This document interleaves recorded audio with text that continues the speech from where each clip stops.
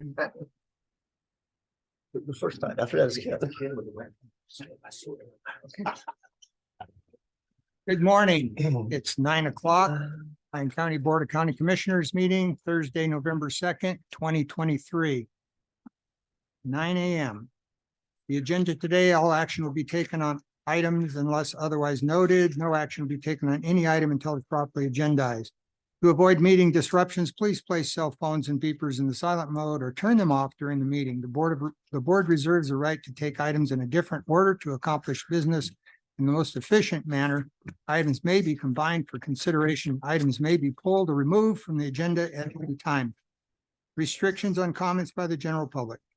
Any such restriction must be reasonable and may restrict the time, place, and manner of the comments, but may not restrict comments based upon viewpoint. Board of County Commissioners may convene as other boards. Members of the Board of County Commissioners also serves as the Liquor Board, Central Lyon Vector Control District Board, Mason Valley Mosquito Abatement District Board, Walker River Weed Control District Board, Willow Creek General Improvement District Board, the Silver Springs General Improvement District Board, and during this meeting may convene as any of those boards as indicated on this or a separately posted agenda. This meeting may break between 11:30 and 1:30 for lunch. And today, the roll call, we have Commissioner Rob Jacobson absent. He will not be here today. Commissioner Keller, Commissioner Hockaday, Commissioner Henderson, and Commissioner Hendricks are in chambers. Invocation will be given by Matt Christensen of the Church of Jesus Christ of Latter-day Saints. Please rise.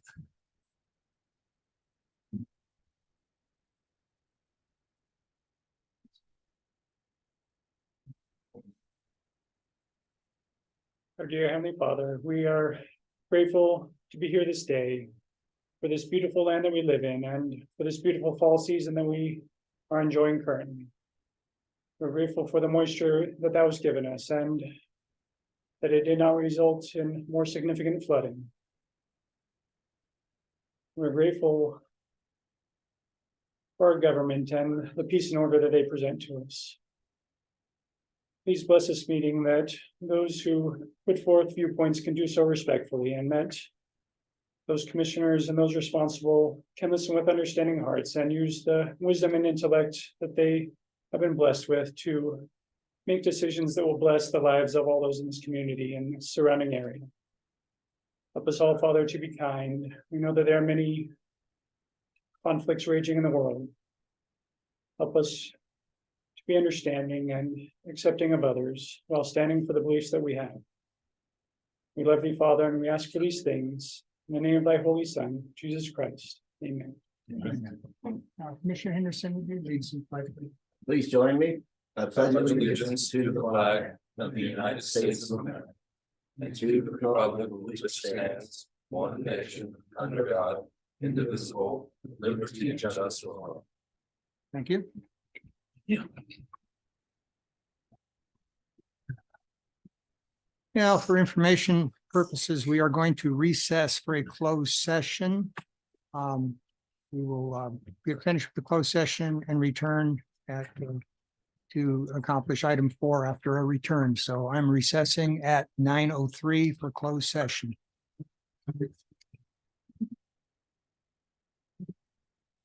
Convene. It's 9:19. We're going to reconvene now that recording is progress here. Item 4, public participation. No action will be taken on any item until it's properly agendized. It is anticipated that public participation will be held at this time, though it may be returned to at any time during the agenda. Citizens wishing to speak during public participation are asked to state their name for the record and will be limited to 3 minutes. The board will conduct public comment after discussion of each agenda item, action item, but before the board takes any action. Item 5 for possible action, review and adoption of the agenda. We have any input from commissioners? Any input from the public? If not, do I have a motion? Mr. Chair, I move that we approve the agenda as presented. I have a second. I'll second. Okay. Motion by Commissioner Henderson, second by Commissioner Hendricks. All those in favor, say aye. Aye. 4-0. Motion passes.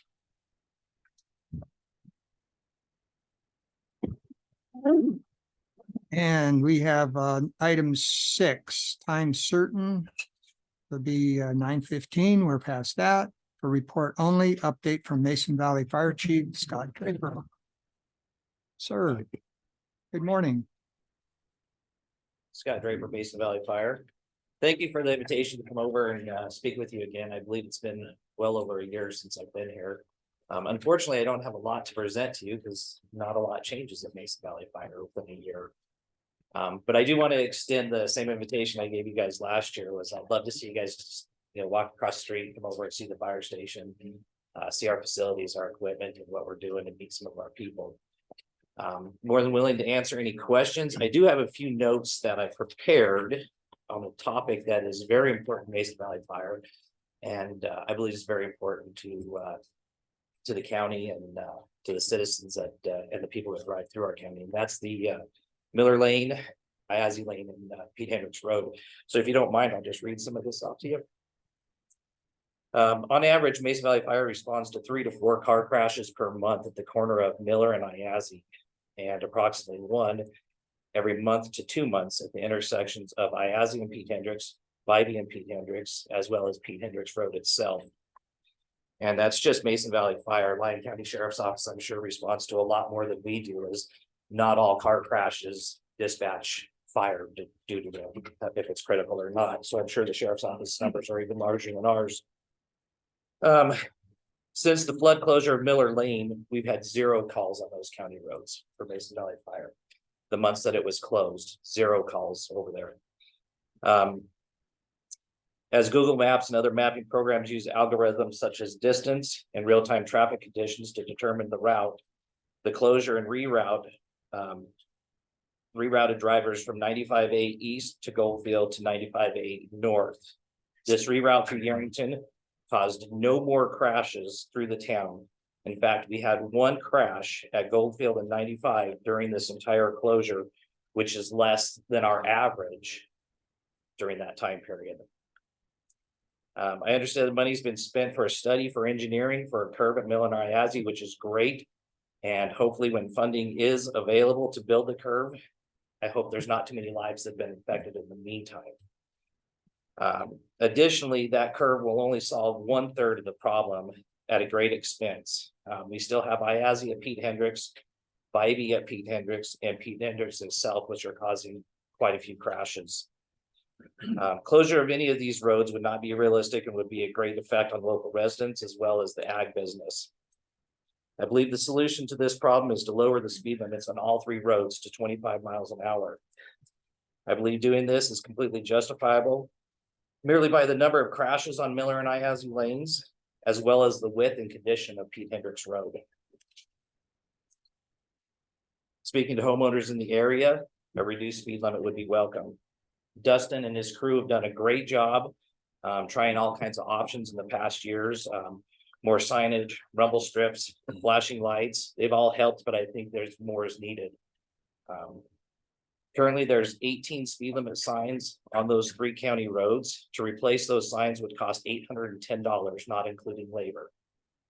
I would volunteer myself and my department to go out and install those signs. $810 is a small price to pay for a possible solution, compared to, I'm assuming, millions for the curb, hundreds of thousands to $2 million for a curb. This $810 solution might solve the entire problem. It might not, but it's $810 to me is worth a try. So what I'm asking you today is if you would consider placing this on your next agenda, giving time for the sheriff and maybe the district attorney to weigh in. I believe $810 compared to $2 million would be worth doing at least maybe a 1-year trial speed reduction for those roads. Every road that comes off of Pete Hendricks, with the exception of Bybee, is a 25 mile an hour speed limit road. So very important to us. We get called out there a lot, a lot of accidents.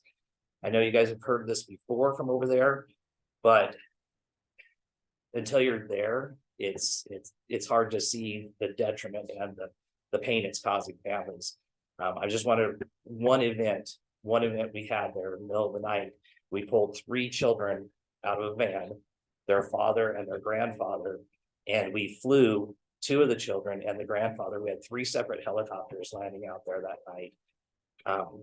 And it just is a shame that this might not be the solution, but if an $810 speed limit change is the solution, I think we've been missing the boat for quite a few years on there. I would just like to ask for you guys' consideration to place this on the next agenda for discussion. I can answer any questions anybody might have. Commissioners. Commissioner Hendricks, any questions? No, not at this time. Commissioner Henderson, Thank you, Mr. Chair. Thanks, Chief, for being here.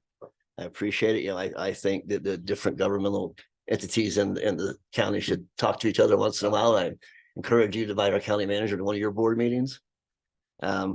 Interesting idea about the speed limit signs.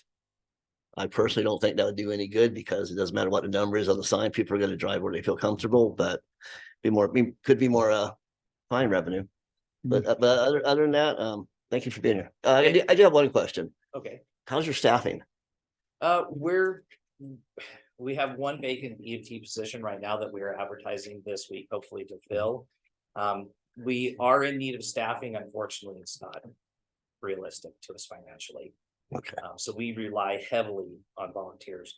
We have 4 paid firefighter EMTs and 1 EMT only and 2 chief officers, and the rest we rely on volunteers. We have about 35 volunteers. So without the volunteers, this community would be hurting. Right. Yeah.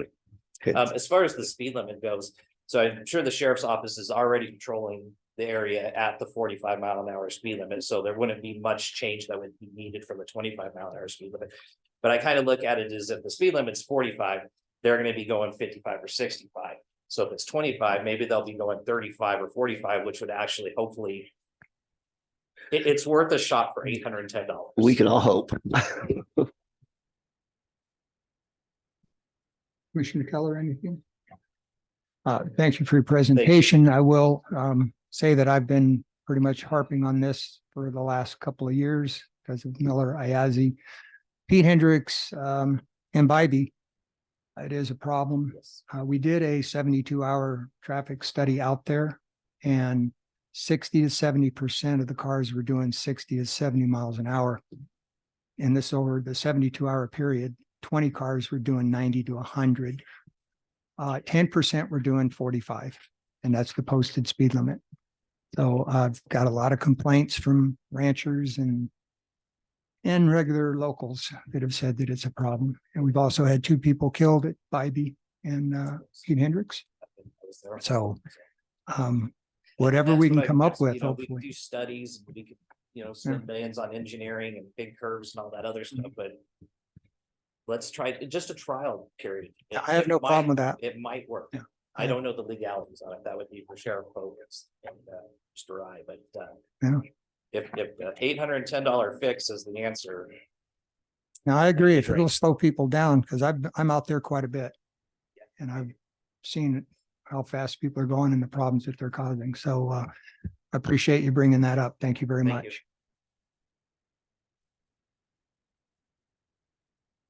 Item 7, presentation of awards and a recognition of accomplishments. Do we have any? I believe so. So we're going to go to item 8, Commissioners, County Manager reports. Commissioners down the line here, we'll go with Commissioner Hendricks. I attended the masquerade ball for the Library Foundation and toured Highway 50 and 95A corridor with the Lieutenant Governor. Attended the school board meeting and participated in the trunk or treat at the Silver Springs Airport. And just wanted to say it was really great to see the Sheriff's Department out at all of the trunk or treat events. It's really good interaction. Commissioner Anderson. Thank you, Mr. Chair. Not much, just a couple of things. I attended Dayton Valley Conservation District meeting this week. And we approved a contract to have some trees removed on the Carson River, I believe on both sides of the bridges. And then the only other comment I want to make is just to realize that in 2021, this board adopted a resolution declaring that the month of November is Indigenous Peoples Month in Lyon County. So I would just like to take a minute to recognize their heritage and culture and contributions to our country, and would like to see that posted on our website. Thank you. Commissioner Keller. I attended the NACO Public Lands and Natural Resources Committee, the National Association of Counties Agriculture and Rural Affairs Steering Committee. Also toured the Highway 50 with our Lieutenant Governor, along with Zimmerman Gray and Tammy. And I think that's real important to get them to see what our problems are so we can have hands-on with it. Also attended economic development, the Governor's Office of Economic Development, and also talked with the Director of League of Cities and trying to mention some of the problems that we have in our rural areas. And that's it. Okay, thank you. I'll save my comments for the end of the meeting and we'll move on with County Manager, Mr. Andrew. Andrew Haskin, Lyon County Manager for the record. Been pretty busy. I've had a few meetings regarding land spills. Met with Bureau of Land Management and with Senator Rosen's office, just discussing our draft map and working through that. So I really appreciate them taking the time to meet with us and sit down and kind of go through what we're thinking. I hope to have something back to the board here briefly. So stay tuned for that. Working on the AB 240 report. That's the regional coordination report that we have to do annually. Actually, this is the last year. Did not get renewed this year. And so trying to get that done by November 13th. Story County this year, Austin Osborne is coordinating that effort and putting together the final report. So I'll be working on that. Chief Draper's timing is actually really good on the Miller and Iazzi discussion. We've been having discussions internally with Mr. Holman in the district attorney's office. And we were actually already planning on bringing an item back at the next meeting. So stay tuned for that. And then finally, actually not finally, hold on. Applications, I just want to send out a reminder that applications are due for the advisory boards for renewals for this next upcoming year. And so we are looking to have those applications by November 6th, which is Monday. I talked to Aaron and so far we've only got a couple. So just really want to remind the advisory boards that, if your term is up, you need to submit another application so that the board can consider that. We are trying to do that a little bit early this year, but that's so that we can have all the training and stuff done and hit the ground running for January. So I just want to really emphasize that you need to submit your application by November 6th, so that they can be heard at the November 16th meeting. And then finally, I'd like to introduce Wynn Prindle, who is our new Lyon County Library Director. She's got an item there's an item on the agenda later on, but and make sure that we recognize her. So with that, I'm happy to answer any questions. Questions? Pretty easy. You may sit down.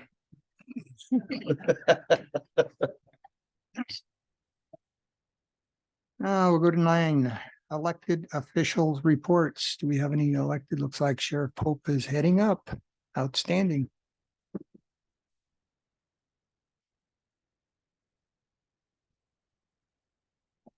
All right, good morning, Lyon County Sheriff Brett Pope for the record. October is an extremely busy month for the sheriff's office with community events and just all kinds of events around the county. to speak to the Miller and Ayazi issue.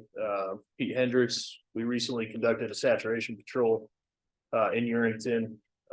With that area being a main target, our sheriff's traffic enforcement team has done several operations out there, issuing dozens of cites within an hour. So it is on our radar, literally and figuratively, and we are trying to handle the issue. For every Miller and Ayazi, Pete Hendricks traffic problem down in the southern part of the county, we have that same problem. And just about every part of our county has some sort of traffic issue that we're trying to handle all at once. During our saturation patrol, I believe just myself, I did 15 traffic stops in that area. So I'm blessed to have a Chevy Blazer that is unmarked. It looks like a soccer mom car. And what I would do is I would just drive down Miller Lane or Ayazi at 45 miles an hour, wait till somebody blows by me and then pull them over. So it is happening. I think we are right. If we do reduce it to 25, maybe they will go 45. Set my cruise at 45, they're passing me at 70. So it is an issue. I don't know what the perfect solution is, but I agree with Mr. Draper. We need to try everything we can. So, and also people need to take some sort of personal accountability and drive the speed limit. Trunk or treats. See, the Lyon County Sheriff's Office participated in about 15 different trunk or treats. Handed out about 1 million pieces of candy, stickers. And it went really well. The public was glad to see us there. The kids had a good time with the sheriff's deputies, our canine units, and everybody. So that went good. I did tell the board that I would be providing you guys quotes added onto the body worn cameras for the data storage and data transfer. I just want to let you know that both quotes are in, and on the next commission meeting, I'll be providing you guys with the lowest cost. So it is a little bit higher than what we expected, but I just want to give you a heads up on that, and we can talk about that at the next meeting. I'll send that quote over for approval. Other than that, things are going good in the sheriff's office. Like I said, saturation patrol went good down here. We had over 75 stops, 3 arrests, a bunch of citations issued. Some of the guys that never worked the southern part of the county were quite surprised at the amount of traffic that does flow through here. Maybe not through the town of Urington, but through the highway. So it went really well. So we're out there proactively working and doing a good job. Thank you for the report. Glad to see you up there. Could you text me later the color and make of that Blazer? Well, it looks like about the other 2 million ones to drive through here every day. So Commissioner Henderson. Thank you, Mr. Chair. Yeah, Sheriff, I just want to thank you, again, for all the positive interactions your department has with young people. The more positive you have now, the less negative you have later. So I appreciate all your efforts on that area. Just thank you as usual. I do appreciate you, the saturation patrol in the Mason Valley here.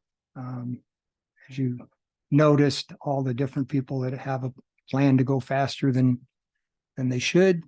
And the other question I had with trunk or treat, I do appreciate you being out all over the county doing that. People do appreciate it. And I was wondering if you get any kickbacks from the dentist in the area. And I'm wondering where our candy is. And we did send 3 deputies over to saturate Smith Valley, and it was quite boring. So yeah, Senator Titus last night made a comment about the speed on 208 going by her house, and we must have missed those, but they were over there, and yeah, very little movement. So okay, appreciate it. Thank you very much. Any other elected official reports? I don't. Oh, yeah. Like Assemblyman Gray.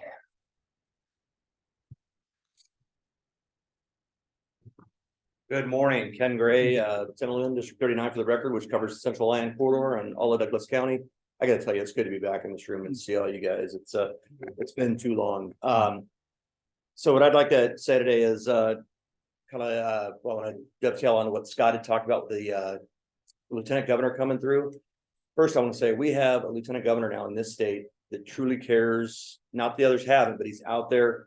He's engaging, he knows the issues in this state, and he is spending a lot of time on the road visiting the rurals, in addition to his other duties. He spent an entire day with us the other day. It was great to have Commissioner Keller and Commissioner Hendricks there. We didn't want to go 3 deep because, you know, then you get into problems with open meeting law, but we took him through, we visited some businesses in the Central Lyon County corridor. We took him to the airport and let him know what was going on out there. Let him know about, you know, some of the business things that were going on and future stuff, as well as touching on the highway situation on Highway 50, which, as you know, he sits on the NDOT board. So just great. And then from there, we came down here, came through Yerington. We talked about you know, what was going on in Yerington, you know, how things are divvied up. I mean, this guy who spent his entire life in Vegas, but has a yearning to know what's going on. So we kind of let him know about the interactions going on here and how everything played into the county. And my wife's calling me. I apologize. We're going to send her to voicemail. All right. And then had a great lunch at Deanie's and got a tour of Deanie's, and from there, then we went into Douglas County to the rest of my district. So that, you know, you would think that would be the end of it, but no, he had more and wanted to see more. So we actually picked up again yesterday afternoon where we left off in Dayton to begin with, and came back through, took him through some of the places in Dayton that, you know, people don't even know exist. We took him to some of the ranches, we took him down by the river, and he could not believe that we had the beauty that we've got in Central Lyon. And he was just, I mean, he was literally awestruck. I mean, we saw a buck down by the river that was, he better be hiding, because he's going to be somebody's trophy buck this year if he's not careful. A lot of deer, a lot of wood ducks. Just, I mean, he was an awe. He was a city guy, and so it's really nice to have him coming back and yearning for more. And then we finished up with a great dinner at Jay's Bistro, and just had a fantastic time. He wanted to pass that on to the county, that, you know, he really enjoyed the day, and it was a pleasure to be here. Moving into law enforcement, I got to say Sheriff Pope is doing a hell of a job. I want to start off real quick after that saying that he was unfairly beat up for not having deputies or VIPs at a community event Stagecoach the other day. For those of you that know, there was something going on pretty darn important elsewhere in the county, and you know these guys are always at events. They're always out there. Their actual law enforcement presence is phenomenal. Now I'm seeing more deputies along Highway 50 with people pulled over and in their residences. It's not even it's not an unusual sight now to see them patrolling the neighborhoods. And I got to tell you, one of my neighbors got popped on Halloween for probably speeding. I didn't want to go poke my nose into it, but yeah, the deputy had him over right in his driveway. So thank you. I don't care who it is. There's no reason, especially with the extreme amount of horses we have in the neighborhoods. Aside from the everyday activity of the kids, there's no reason to be speeding through those neighborhoods. And all through Halloween evening, they were patrolling the neighborhood. They were doing floodlight stuff just to make sure everything was going good. And we really, at least in my neighborhood, we really appreciated the presence, and I wanted to thank you. And also, I am seeing a lot of new deputies out there, a lot of new faces. I take every chance I can to interact with our deputies anywhere in the district and law enforcement. I sit on judiciary in the assembly, and I want to know what they're thinking, what issues they're facing. And it's great to see the new faces and know that the sheriff is meeting his goals of, I don't know if he's meeting the goals, but he's meeting his intent of putting more deputies on the street and filling those vacancies. So again, from the community, thank you to Sheriff Pope. And then to round it out, the Library Foundation, as you mentioned, had a great masquerade ball. It wasn't as big as normal, but it's I think that's part and parcel to the the financial situations going through. I mean, you listen to some people and say we're in a great financial situation right now, but like I got to tell you, from those on the street, including me, we are feeling the pinch of this economy like you wouldn't believe. It's crazy. But that being said, I look forward to working with the new library director as a member of the foundation, and we are planning for next year already. So if you weren't there this year, I got to tell you, you were wrong. You were wrong. We need you there. Even if you can't afford the tickets, we have people that will sponsor you. We have people that sponsor tables. We just like to have butts and seats to have a good evening. and let folks know what we're doing and what's going on in the community. So if you guys have any questions for me, I'll be happy to answer them. Question? I don't have a question. I just have a statement. I'm glad to see the Assemblyman in the chambers. You are a former commissioner, and so you understand some of our problems we have. But I'd like to see more of our elected officials that are above us, that are making laws and impacting us, to show up and see exactly what we need and what our problems are. So thank you for coming down. I appreciate that, and you will actually see more of me. It was a very busy session, as you know, rolling straight from the election into the session, and then trying to get things set up after the election. I now have a little more time on my hands, so I'm going to be making rounds to the various commissions. I'm going to try and hit them quarterly just to answer questions and let you know what's going on. One request I have of you guys, I want to get a much earlier start. I've already talked to the county manager about this. I want to get a much earlier start on legislation, so we can get input from other folks, including NACO. So if you guys, I challenge you to start maybe as early as January, start tossing around ideas.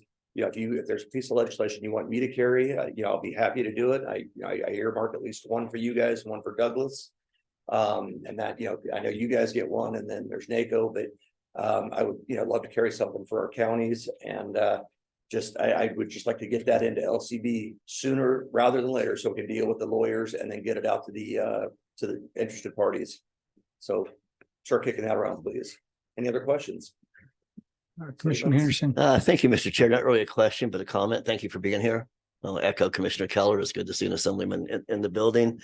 I want to echo what you said about our lieutenant governor. I've known Stavros for a long time. He's dedicated his life to public service, in the state of Nevada, and he does care. So I agree with you there. And that's really all I have. Just thank you for being here. Thank you. I just want to thank you for being here, and thank you for arranging that tour for us. It was really good, and enjoyed spending time with him and seeing where he's coming from. He really is a good public servant. And thank you for reminding me. I am arranging another tour. We're going to hit some other stuff. So the invite will be going out to the other commissioners. Like I said, we just, we got to avoid all three at once, just so nobody thinks there's any impropriety. So there will be more opportunities coming up. Mr. Thank Chair. you, Assemblyman Gray. We really do appreciate you coming back and talking with us. Well, it's truly my honor to represent our county and, my entire district. And it's it's an honor. I love it. And, please, if there's anything I can ever do for you guys or anybody in the audience, let me know. Thank you. Okay. Thank you. We'll move on to appointed official reports. Any appointed officials want to get up and talk today? Mr. Carriola.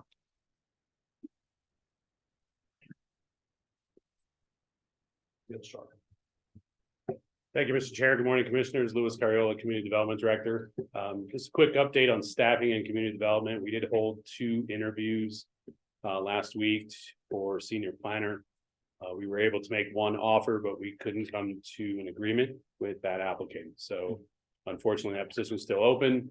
That said, I'd like to extend a kudos to community development staff, who's made sure that we're still getting our work completed despite the staff shortage.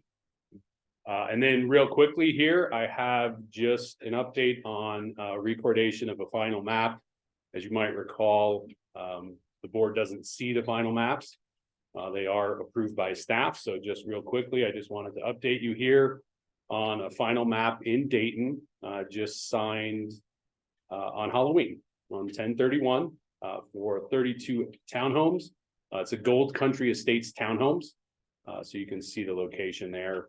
Northeast of Smiths, and the site consists of 32 parcels, approximately 1,600 to 2227 square feet in size. So we're looking forward to that development, providing a different type of housing in Lyon County. And I'm available for any questions you might have. Questions? Very concise. Thank you. Thank you. Any other appointed officials? Nobody's moving. Move on to 11, advisory board reports. Do we have any advisory members that want to report? I see Melinda Cash. Hello, how are you doing? Good. Yourself? Just fine. I know we don't come very often. I apologize for that. But I am going to give you just a brief update on what two issues we have in Mound House. Number one, this is mostly from the community. Number one is the traffic on Highway 50. That we hear at every single meeting about how concerned the citizens are about the speeding, the level of traffic, the inability to pull out onto Highway 50. And of course, the more homes, the townhomes, the more homes and everything you approve to the east of us generate more and more traffic. Years ago, we had NDOT come and make many meetings, presentations to us about all these improvements they were going to do in Mound House. Nothing ever happened. And I don't know what the answer is, other than the fact that when I see these presentations on the Highway 50 corridor, I'm frankly not seeing anything mentioned about Mound House and what we can do. We did get the radar trailer moved to our area. We did get more patrols in the area. I know that always helps. And anyhow, I don't know what the solution is other than to bring to you our community's concern.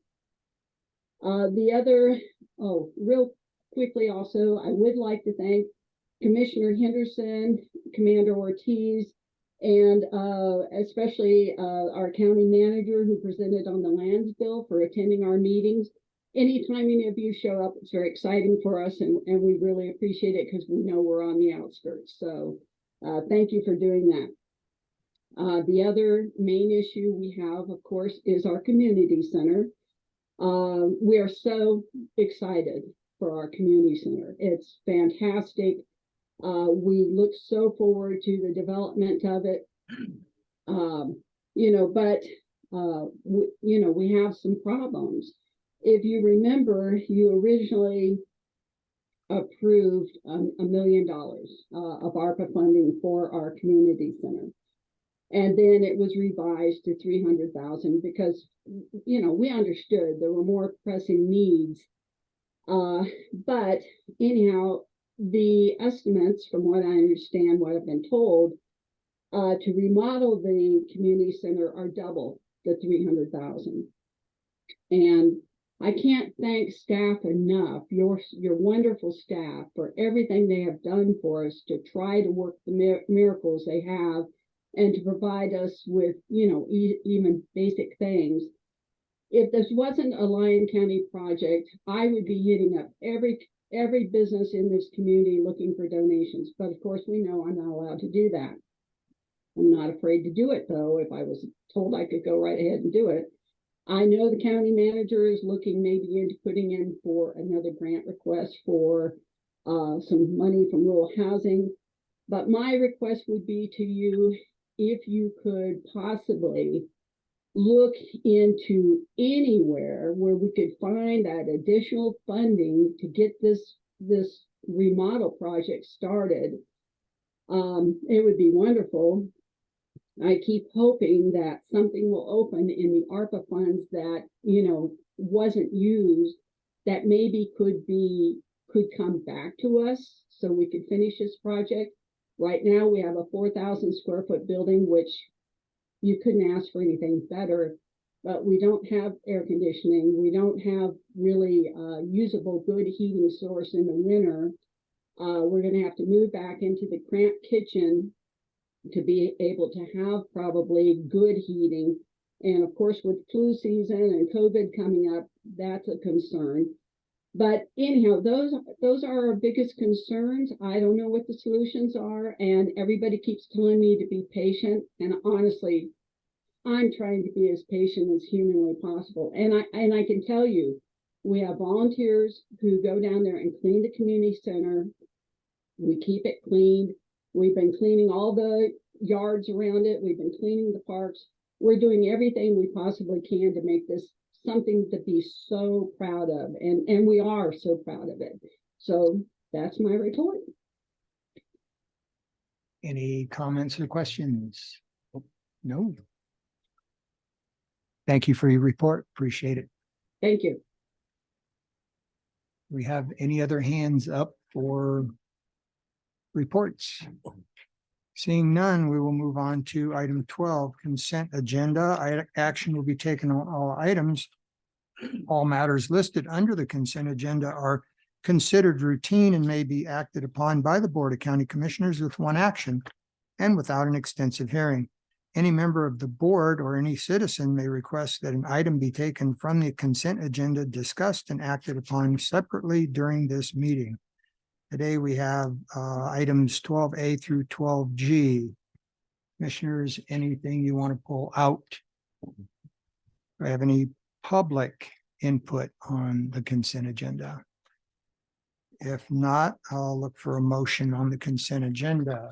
Mr. Chair, I move that we approve the consent agenda items 12A through 12G. Okay, I have a motion. Do I have a second? I'll second. Okay, motion by Commissioner Henderson, a second by Commissioner Hendricks. All those in favor say aye. Aye. Aye. Any opposed? Motion passes 4-0. Mr. Chair, Yes, before we get into this next item, I think it's going to take a while. Can we take 5 minutes? certainly. We will go to 10:05. Let's take a break. We'll recess.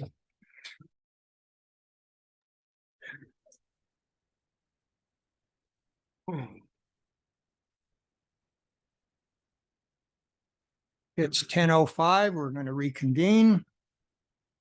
Back to the regular agenda. Action will be taken on all items unless otherwise noted. Item 13, community development. For possible action, to propose an ordinance amending Lyon County Code Title 15, the county's land use and development code, to amend residential design standards, manufactured home standards, and affordable housing standards, Chapter 15.340.02, Chapter 15.351.03, Chapter 15.351.04, Chapter 15.351.05, and other matters pertaining thereto. And we have a staff report from Mr. Carriola. Thank you, Mr. Chair. Louis Carriola, Community Development Director, presenting.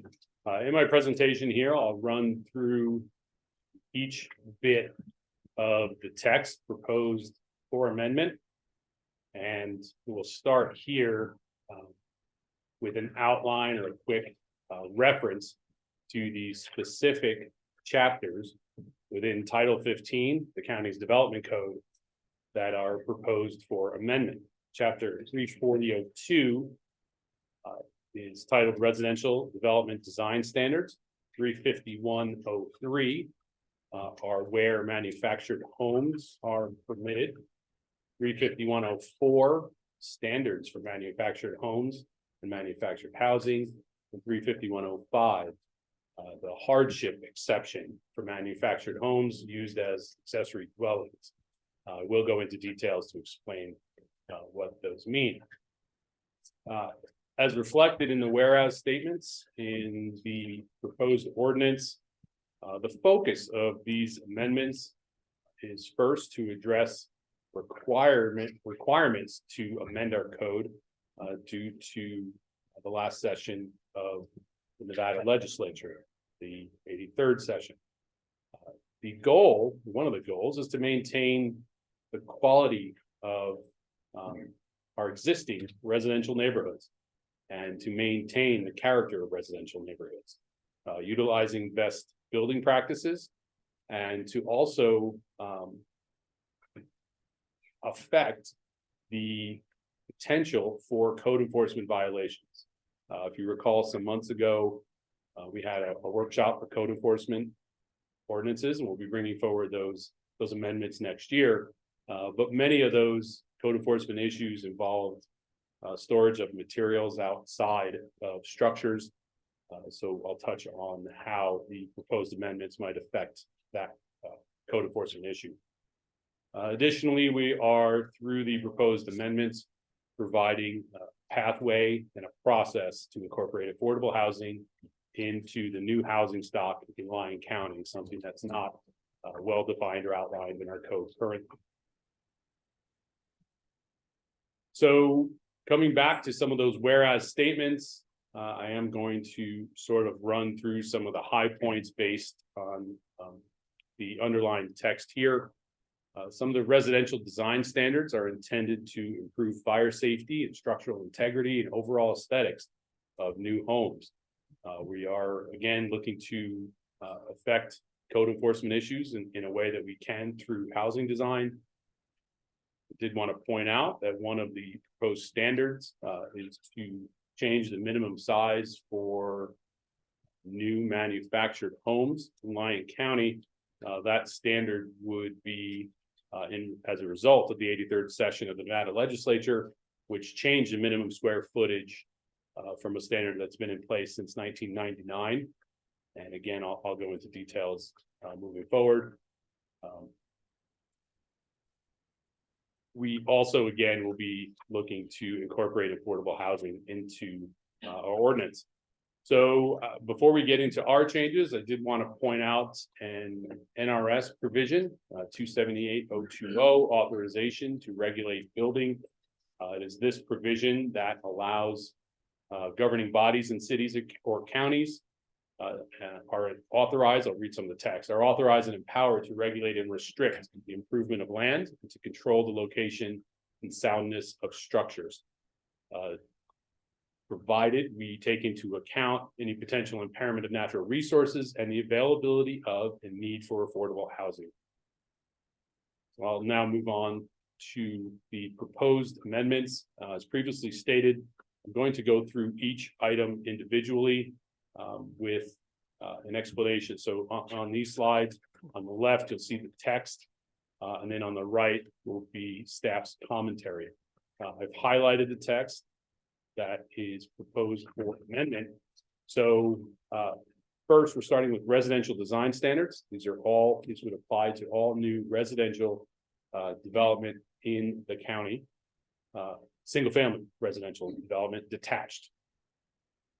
So first off, on parcels over 9,000 square feet, there shall be a minimum of 1,200 square feet of living space.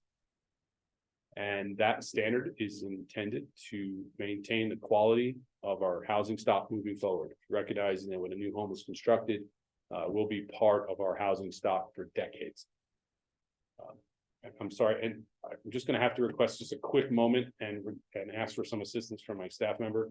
I forgot my glasses on my desk. I'm really struggling.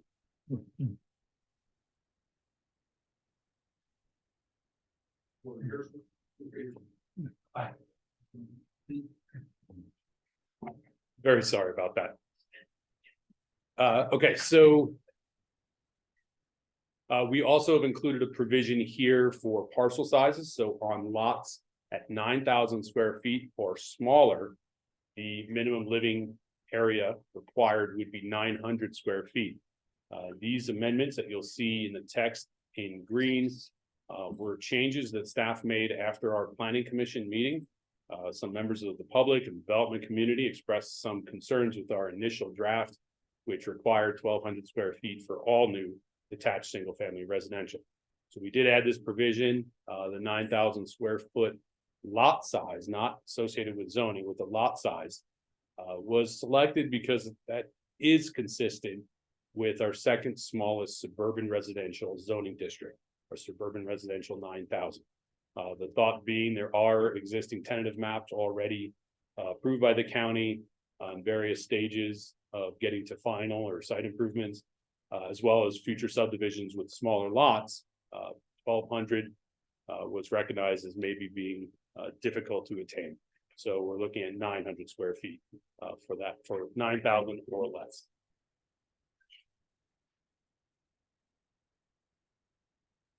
Oh, that is much better.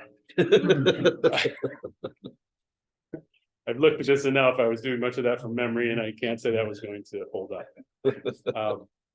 So in addition to the minimum square footage for living space, we've proposed architectural standards and construction standards. Notably, we're addressing siding and roof materials. So we've included a requirement that roof surfaces are made of metal, asphalt, composition, or concrete, fiberglass, cement, clay, or slate tiles, unfinished galvanized steel, copper, or aluminum roofing not permitted unless it's designed to patina with age.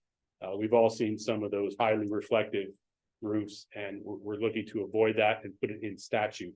So that code enforcement and our building department would have some regulations to fall back on.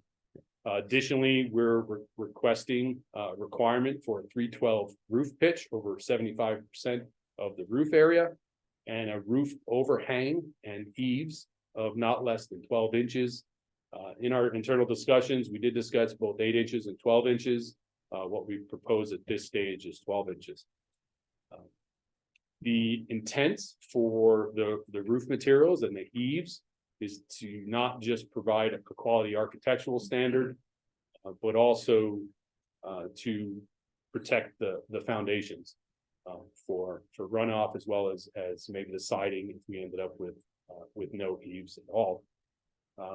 Roof pitches also assist, of course, with snow loads, although we don't have the same challenges as some of our neighbors with higher elevations.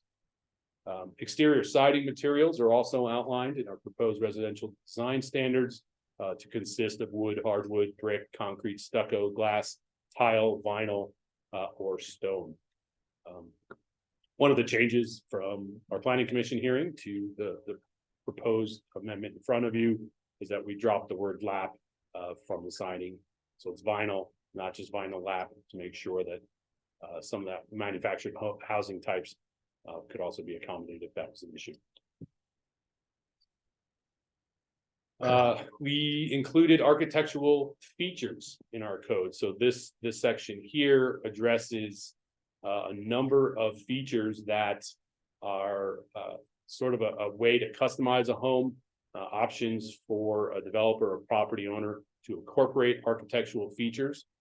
In this case, our residential development design standard would say that all new single family, and we can add the term probably should, detached single family dwellings shall utilize 3 of the following architectural features: dormers, more than 2 gables, recessed entries, covered porch entry, a bay window or alcove, building offset, roof overhangs at the eaves of at least 18 inches, roof pitch of at least 612, a deck with railing or planters and benches, other compensating features to add visual interest, to add architectural interest to the structure. Existing dwellings, and this is an important point for all of the proposed design standards in this amendment, existing single-family dwellings that do not meet the size requirement or the architectural feature requirements will be deemed legally existing. But unlike some other instances for legally existing non-conforming uses, lots, structures, etc., these properties, these homes would simply be recognized as legally existing. In other words, someone coming forward with a proposed revision or modification to their home would not suddenly be compelled or forced to bring the whole structure into compliance with their new standards. And they also, frankly, would not be limited by the legally existing non-conforming lots and structures currently have limitations for expansion through our development code. That would not be the case here. We've included a number of exceptions, not just in the form of variances to the proposed residential design standards. Most notably, and one that I'll go into more detail at the end of this presentation, is a proposed recording of a development agreement that would be in place on the property deed for 25 years in accordance with Nevada revised statutes. And again, I will go into more details at the end of the presentation on the details of those Nevada revised statutes. The second is location of a new single-family detached residence within a mobile home park. We do have a separate entitlement process for that, and typically, of course, mobile home parks consist of smaller lots, and for that reason, a smaller structure, maybe one, of course, without all the architectural features, would be appropriate. A watchman's quarters is noted within our development code in certain instances for commercial and industrial uses. I think the most commonly recognized need for a business to have a watchman's quarters would be personal storage. Oftentimes there's a manager's unit included on the property. We would not hold new units, even though they're residential in nature, to the proposed standards. Hardship exception already exists within our development code. It is a temporary variance, so to speak, issued by community development director to allow one to put a temporary second structure on a residentially zoned property for the care of an infirmed family member. We do have some proposed changes to that topic. That's not proposed to change. Farm labor housing, again, also included in our code currently, noted as agricultural labor housing, permitted and not proposed for change or adherence to the proposed standards. Additionally, we've introduced something new here in recognition of the areas within the county that are within FEMA special flood hazard areas. The prospect of compelling somebody to grade more of their site and build a bigger structure to meet the minimum square footage might actually be a detriment to the community at large. In the case of, let's say, a 900 square foot or 800 square foot home in a floodplain, we don't think that it's a benefit to the county to force them to build up to 1,200 square feet, for instance. Community development does also administer our floodplain development permits. So we have direct knowledge and permitting authority to make these determinations. The proposal is for that to be an administrative variance proposed or approved by the director. And then once again, all these residential design standards would be not applicable to existing structures.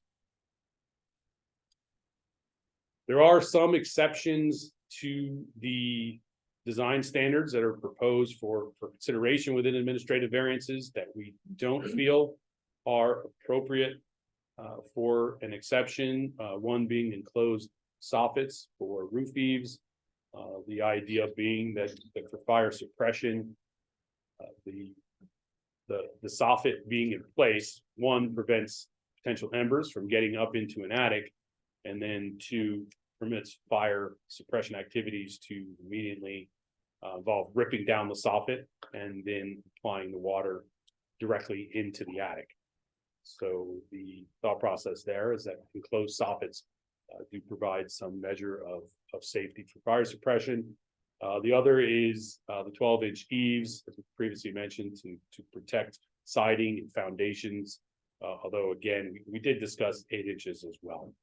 So that is a possibility moving forward.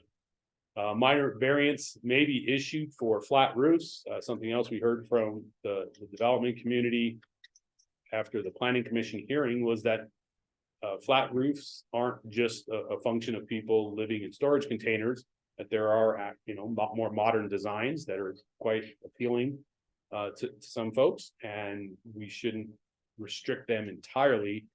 So the thought process here was to incorporate at least 4 of the previously mentioned architectural features into a structure with a flat roof.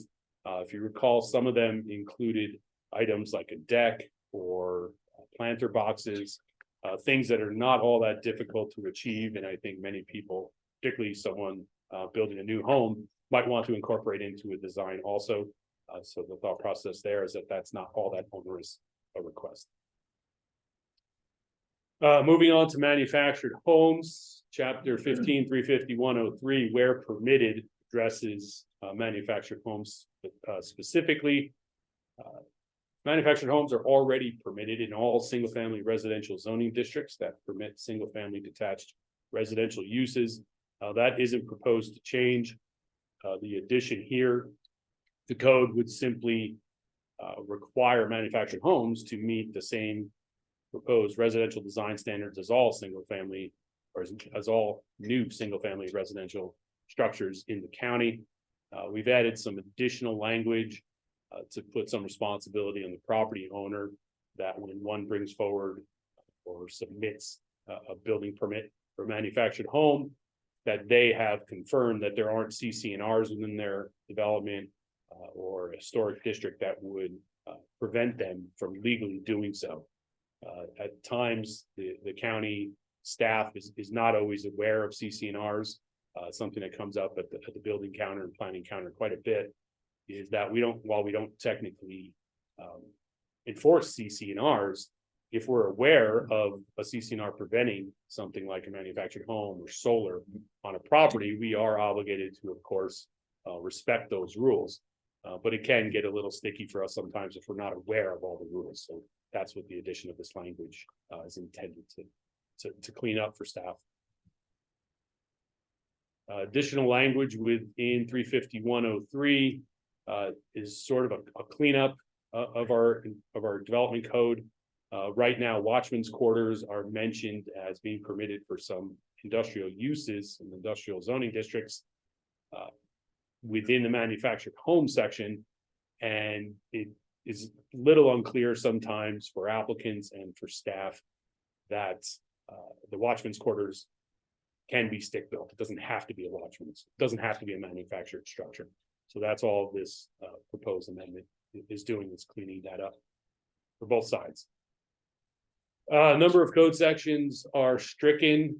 You'll see those in red within the proposed amendment. And staff, having gone through that, our code sections recognize some of it was redundant or no longer applicable. So the explanations for why that language is stricken is at first, manufactured homes are allowed in all districts. So there's language stating that they are allowed in all residential districts. So, and it's already a state law, so that didn't need to be stated. The hardship exception is mentioned twice in their current code. So we're just kind of locating that to one spot. And then an administrative variance is proposed within the new amendment for residential structures less than 1,200 square feet. So the current language speaking to the existing standards is not really applicable. So standards, this is chapter 15, 35104, standards for manufactured homes and manufactured housing. To begin, we did note that manufactured homes are referenced by MH in our code, but it didn't seem that had been actually defined anywhere. So thanks to our deputy DA, we've made sort of a cleanup on that part of the code. Manufactured homes are permitted in all districts, as already mentioned. And the proposed language here would state that manufactured homes, just like proposed stick-built homes, would all be subject to the residential design standards as proposed.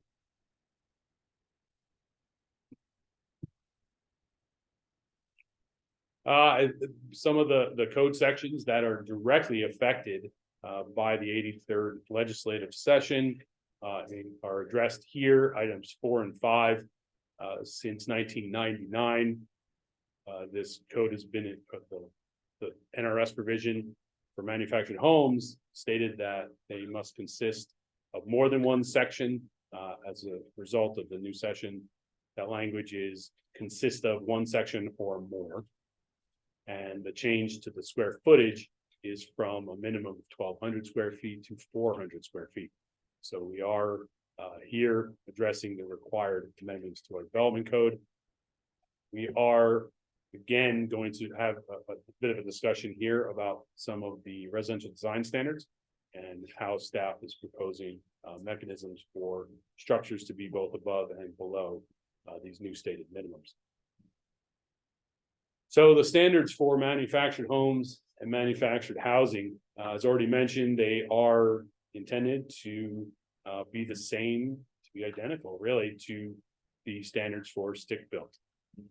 So once again, for parcels that are 9,000 square feet in size or smaller, the minimum square footage for living space, we should have added that so we can make that amendment.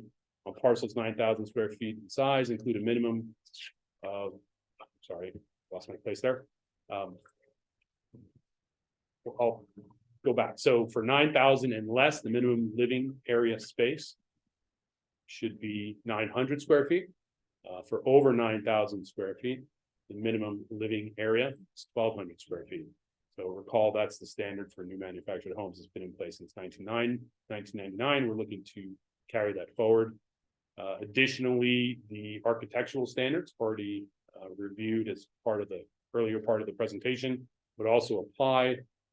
Existing structures, once again, would not be subject to these regulations, nor would they be deemed non-conforming, so that someone coming forward with a revision would not be compelled to meet these standards.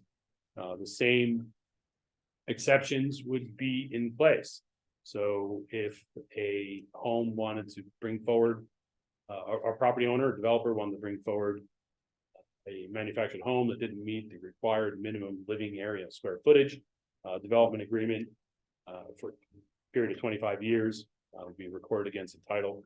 And again, I will go into details of what that would look like here at the end of the presentation. Location within mobile home park, watchman's quarters, hardship exception, farm labor housing, and FEMA flood zones would all be exceptions to the standard. Additionally, there's an administrative variance process proposed, and we could probably clean up some of that language and outline it a bit better. But right now, we already do issue administrative variances, with the standard being in place at 1,200 square feet for a minimum square footage with a manufactured home.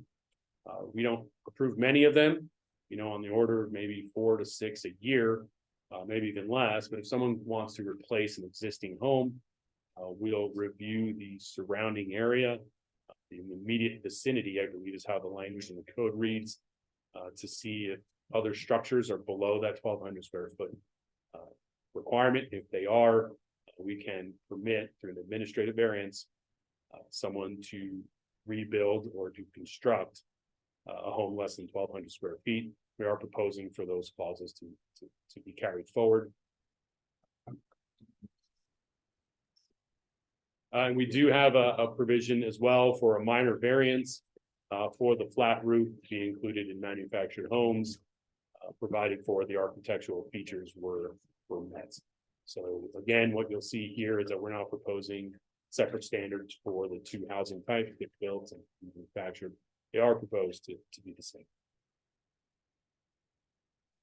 More cleanup here on the hardship exception language in chapter 350-105. Currently, the way the language reads is that it's only issued for a family member, and we're simply adding language of confirmed ward just to be a bit more permissive for family situations.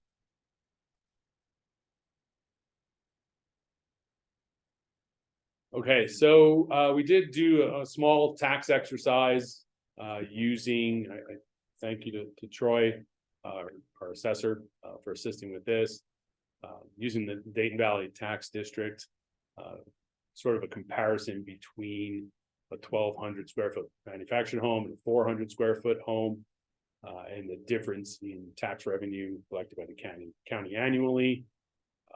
You can see for the manufactured home from 400 to 1,200, the county would lose over about $570. That figure is not representative of tax that simply comes to the county. Only a portion of that would be directed to Lyon County. Some of that would be going to schools and fire, etc. For stick-built single-family residential dwellings, that figure on the bottom of over 1,200 would reflect the same difference.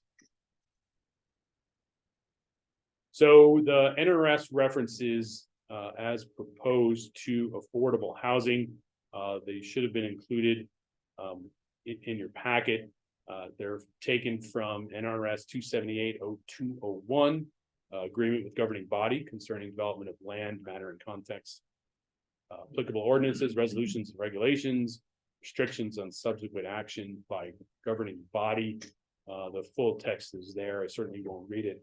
But the most notable part is that running through additional NRS provisions, in this case 278-0105, affordable housing is defined within 3 tiers. And what I'll do now is sort of run through an exercise of the 3 tiers. So we get some sense of what the actual figures would be based on the statute as proposed. So first would be tier 1. Tier 1 affordable housing per NRS is defined, and I won't read it all. I've highlighted I think the applicable text. Not more than 60% of the median monthly gross household income for the county in which the housing is located. And then the actual housing costs cannot be more than 30% of the total monthly gross household income for that tier 1 income of 60% of the median. So the requirement per the NRS statute does reference the Department of Housing and Urban Development, HUD. So if one goes to the HUD site, I think the latest data was from 2021. They have a multiplier factor for 2023. So it's a pre-tax number, but the number came in a touch higher than I think some of us expected. The median household income, estimated household income, is $87,400. So when we use that as the basis for our monthly income figures, that monthly income figure comes to over $7,200. And then per the definition of tier 1 affordable housing, 30% of that figure, that monthly figure, comes to $1,311 per month to include utilities. So that's the lowest tier suggested in the proposed ordinances. When we go to tier 2, now we're looking at a range, in both tier 2 and tier 3 calculations, just as a tier 1, are based on the highest percentage of the proposed income. In this case, tier 2 is defined as equal to more than 60%, but not more than 80% of the median monthly gross household income. Once again, 30% of that income. Calculating this one out, the tier 2 max at the 80% comes out to $1,748 per month, including utilities. That figure, and I'll just do something a little off the cuff here. I mean, I live here in Yerington. That's more than I pay for all my utilities and my rent, and I rent a full house. So, developers and property owners who want to build something a bit smaller, not meeting all our standards, who had a 25-year development agreement in place, would still have a means, even if you were renting the site, in our opinion, to still have a profitable endeavor. And when we move to tier 3, we're all the way up to $2,600 a month. So that's how the NRS provisions define affordable housing. I think it was important to have all these slides and these figures included, only because that term is sometimes difficult to define. In this case, we've used existing statute and HUD standards to define it. At this point, that is the end of my presentation. I expect there will be questions, and I know the county manager may have some input. So I'll be available for questions.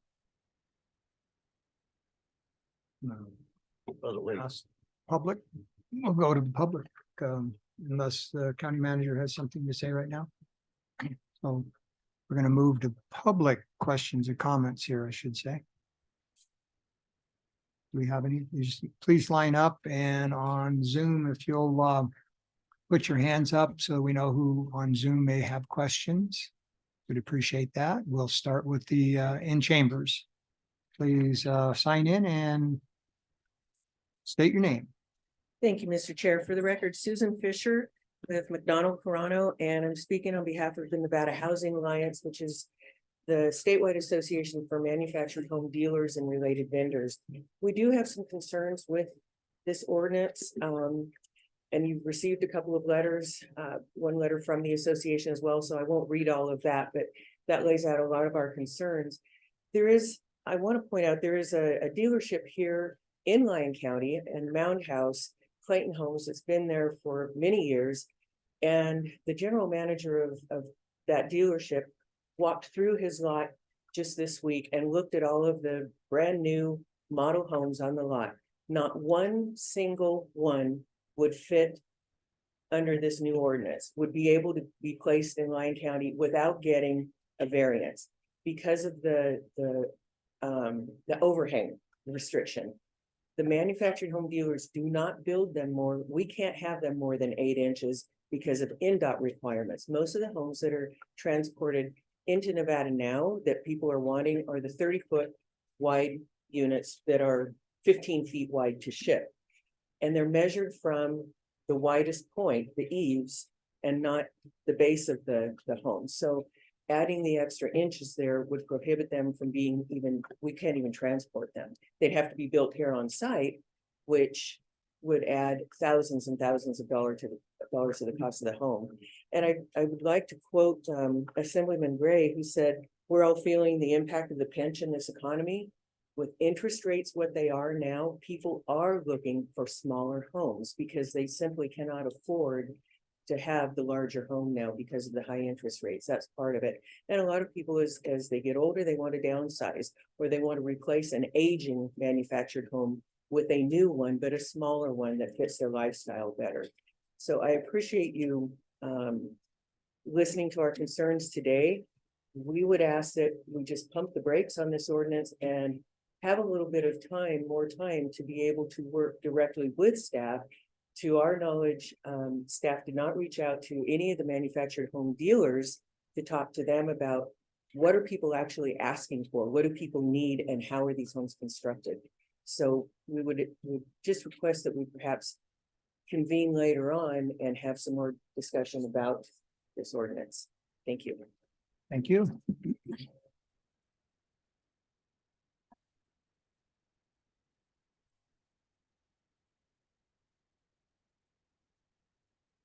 Assemblyman Gray.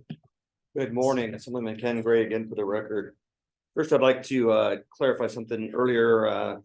I wanted to make sure that Commissioner Scott Keller got credit for actually planning that the tour through Lyon County.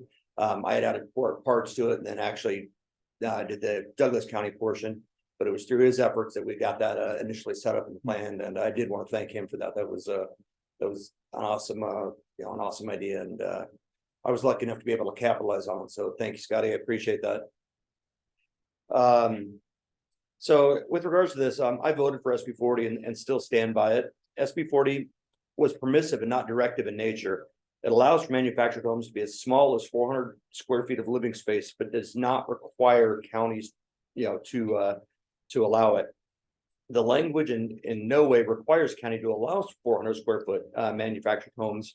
It just says the home must consist of no less than 400 square feet of living space. Forcing counties to allow manufactured homes this small was never the intent of the legislation. I'll read you the exact verbiage from the legislation right now, just so you can see the wording. So if you go down to line 40 and SB 4278.02095, except as otherwise provided in this section, in an ordinance relating to the zoning of land adopted or amended by a governing body, the definition of single family residence must include a manufactured home. And then I'm going to skip down to 2A2. No, I'm sorry, 2A5. Consist of at least 400 square feet of living area unless the governing body by administrative variance or other expedited procedure established by the governing body approves a lesser amount of square footage based on the size or configuration of the lot, square footage of a single family residential dwellings in the immediate vicinity of the manufactured home. So again, it allows for counties to go down to that if they so choose. It does not require that it be allowed. And that is honestly my biggest issue with the way some people are interpreting this, that, the counties have to be allowed to, do the 400 square foot living space thing. It doesn't make a whole lot of sense why you would want to have a home that small outside of a plan unit development or something. It just doesn't. I'll cover more of that here. So I would submit that the ordinance. Boy, I can't read today. I would submit to you that the ordinance change being provided to you guys today is in keeping with the letter and spirit of SB 40. The ordinance addresses overall design standards for new residential construction. It doesn't just focus on manufactured housing, but all new construction. The ordinance proposes to keep the same 1,200 square foot minimum for manufactured homes that has been in place since 1999. We're talking 24 years, almost 25 years now. Got my 3 minutes? Hey, can I'll jump through this here real quick. That change was kind of the amendment to the SB 40 was kind of thrown on us last minute. I've heard conflicting stories about whether NACO knew about it. What I do know is NACO, as far as I can tell, did reach out to counties to get their input on it. I don't know that, from what I've been told, Lyon County didn't hear about it. But again, it's in no way, the intent was in no way to force counties to allow that. So I would, at least with regards to that portion of square 100 foot, I would absolutely adopt that in a New York second. It's in keeping with our current community standards and reflects, where Lyon County wants to go with housing. Thank you, sir.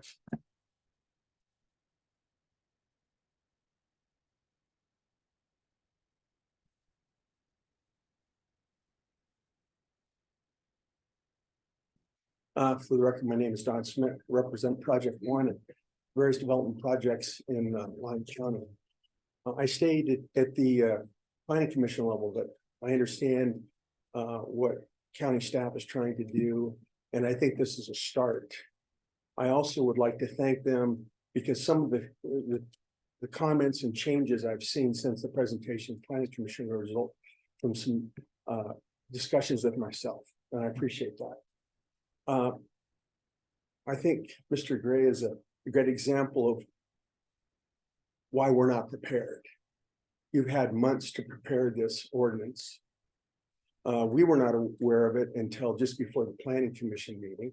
There are some people here today representing the housing industry that were not aware of this until a few days ago.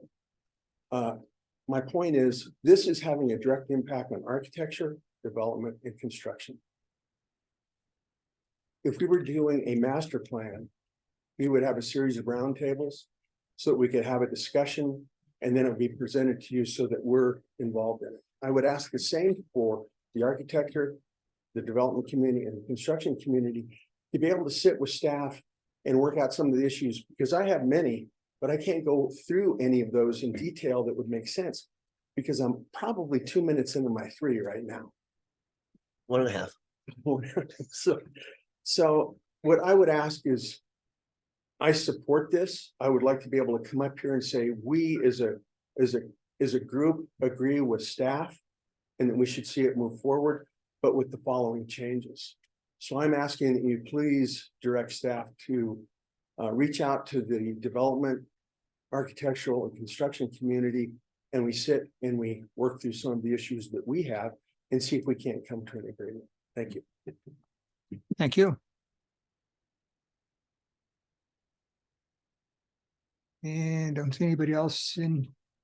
Are you okay? Yeah, if you plan on talking, please step up so we can kind of keep track.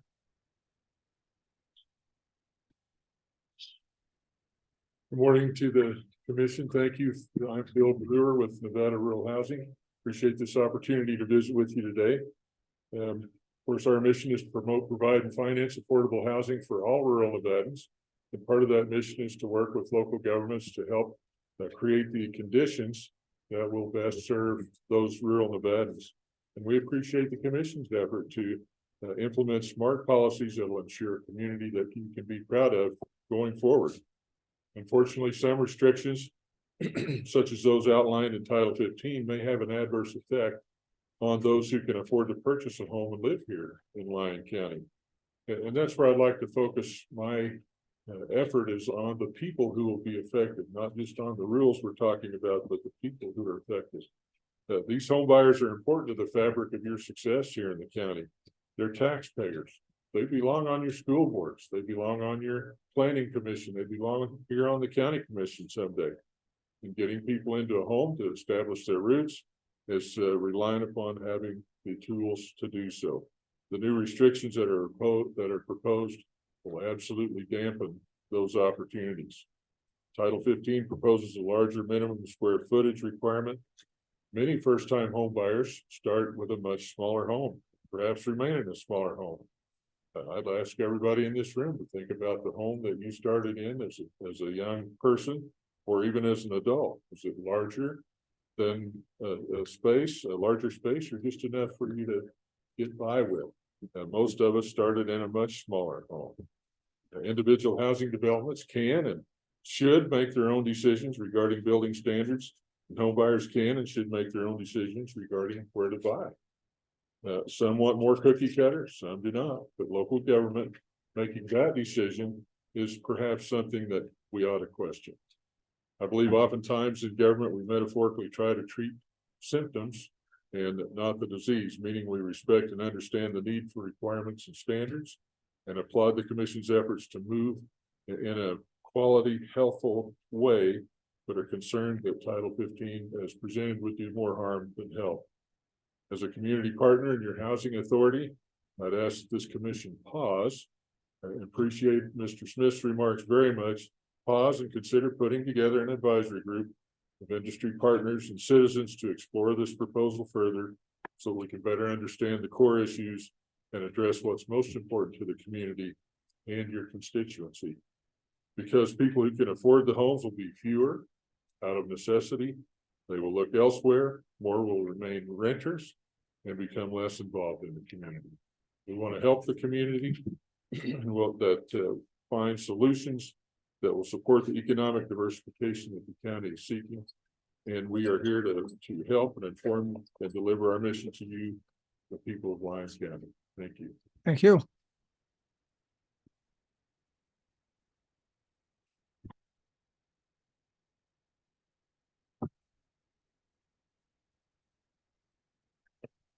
Hi, my name is Diane Arvizo. I am the Director of Homeownership Programs for Nevada Rural Housing Authority. And I really do not want to follow my boss, the Executive Director of Nevada Rural Housing Authority, who very eloquently expressed our thoughts in this matter. I will add that I was requested by Max Halton, Division VP of Operations from DR Horton, who could not be here today to provide this statement. I can either provide it or read it into record, but I did tell him I would bring that. The only thing that I would add on top of what Mr. Brewer shared is I have a concern for the tax and economic impact that this would have when potential businesses and home builders and future home buyers will locate outside of Lyon County because of restrictions beyond our generation, because of the impact of how long this will live on past our lifetime. The significant number of changes that have taken place just since the Planning Commission, I think, are indicative of the need to come back and work with industry partners just to identify where there might be some additional areas to discuss and maybe find some better resolutions that will serve Lyon County to help it meet its goal, because we certainly stand behind Lyon County achieving its goal. We're housing partners and have been for a long time with Lyon County. Would you like me to read into record the statement from Max Halton? It's brief. Yeah, you have. Okay, I have time. 20. Okay. All right, Douglas Max Halton, Division VP of Operations, DR Horton. In my current role and my former role with another builder, I've had the pleasure of working with Lyon County to build over 500 homes in Dayton. Thank you for that pleasure and opportunity. While I am generally supportive of the proposed code amendment, my primary objection is to the architecture design guidelines. They are very specific and out of touch with current design philosophies and are not in demand by the public. I find this area overly restrictive. Dormers, high-pitched roofs, and railed porches are dated and expensive additions that contradict popular demand and affordability. It should fall on the home builder to determine what is desirable and attractive to potential buyers. Simply mandating certain features is a surefire way to add additional cost. D.R. Horton strives to build solid, reliable, warranted, beautiful, cost-effective homes. The vast majority of what we build is below the median price and sold to first-time buyers. We are very concerned about the rising costs of construction and home affordability. I would recommend that the board strike the fifth bullet point from the chapter 13.240.02 residential development design standards recommendations. Thank you, Max. Thank you. And thank you for your time.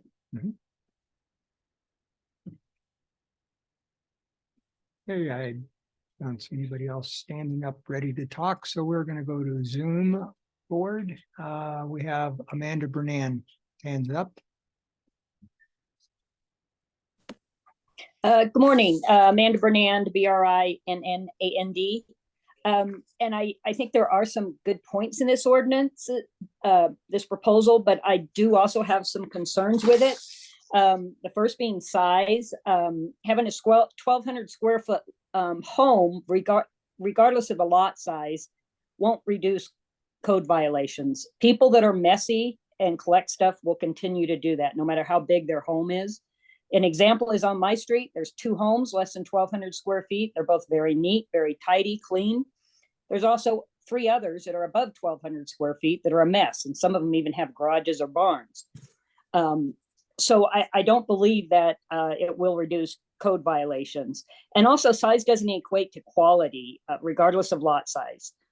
As a nation and a world, we're trying to reduce our carbon footprint, not increase it. A single person looking to buy a home in Lyon County doesn't necessarily want or need a large home. Everything will cost more: taxes, heating, cooling, maintaining it. So a larger home isn't necessarily what an individual may be looking for. And also, this is a huge impact. The design features are a huge impact, as was discussed, for manufactured home dealers. It will reduce their profits and potentially put them out of business. I don't know if this was really looked at. And last year, this board voted no for manufactured homes to be placed on a permanent foundation and require a garage, partially because of the increased cost to home buyers. This is going to have the same effect for stick-built homes. Less people will be able to afford a home because they have that requirement on it. It seems like this proposal will only benefit developers by forcing people to buy bigger homes for higher prices, and it will have a negative effect on the common person. So like I said, there are some good points in this proposal, but please don't throw the baby out with the bathwater. Reach out to the communities for input and rework this. Thank you. Thank you. We'll go with Brent Lovett.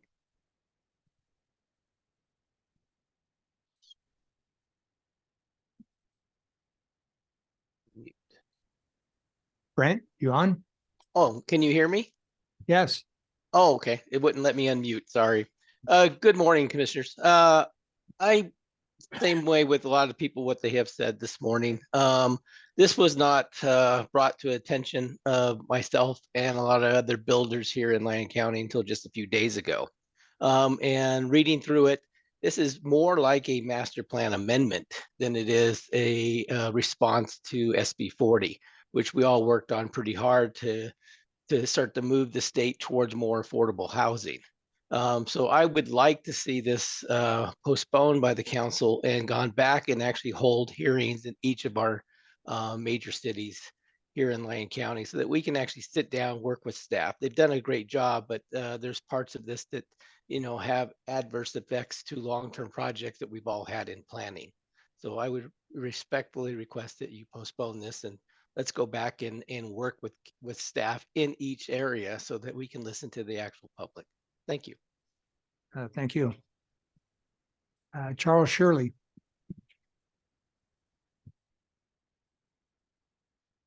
Can you hear me? Yes. Yes. Good morning to the commissioners. Hope you're all having a great day. I'm speaking to you as a Lyon County resident and taxpayer. I really appreciate all the hard work that your staff and everybody's done. I would just ask for one suggestion, that this gets sent to the advisory boards and give the advisory boards a chance to get the community input and maybe have a staff there to give the presentation. That way the commissioners can get some data, reliable input on this. And, I know that the advisory boards have no say in what the commissioners do, but it would just give an opportunity for input. I would really appreciate that. Thank you. Thank you. Okay, seeing no other public comment, we'll go to commissioners. Commissioner Keller. I really don't have any, anything to add. I appreciate everybody's opinions. But I'm pretty happy with what's before me right now, so I'll wait for staff to. Okay, thank you. Commissioner Hendricks. I'm pretty happy with it the way it is. If staff feels that they should go back and, maybe meet with the housing community and tweak a few things. I know Louis said that there's some wording that he would like to maybe change, then I'm open to that. Commissioner Henderson. Thank you, Mr. Chair. I'm generally supportive of this. I do think it's not quite cooked yet. And we may need to go back and take some more time, let staff work with the development community and then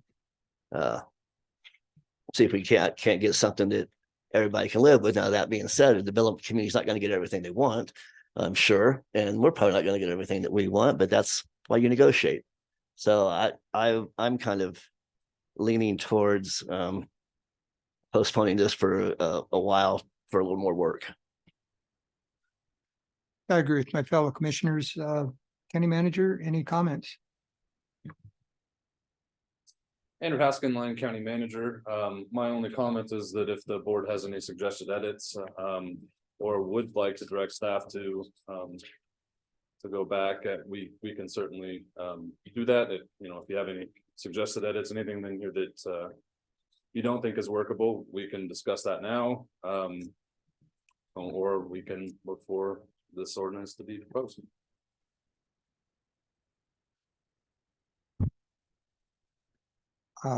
I would have to say that there were a couple of things that were brought up that should be reviewed, and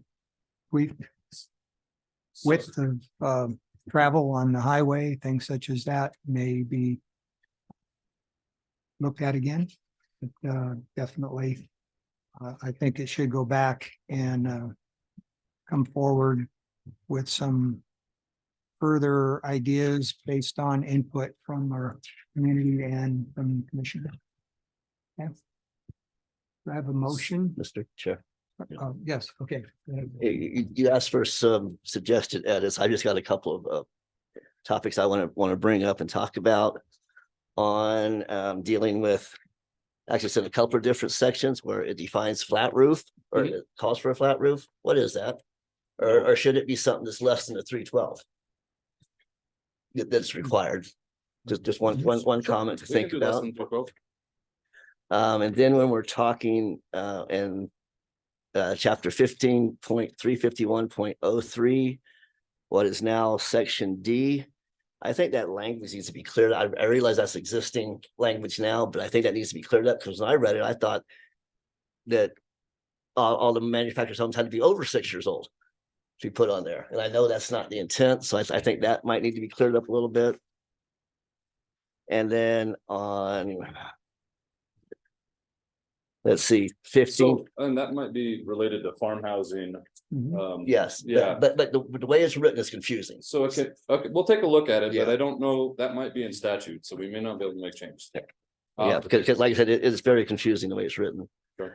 And then on 15.351.04, section 8, just for consistency, it reads on parcels over 9,000 square feet in size, include a minimum of 1,200 square feet of living space needs to be added to be consistent with all the other mentions of that.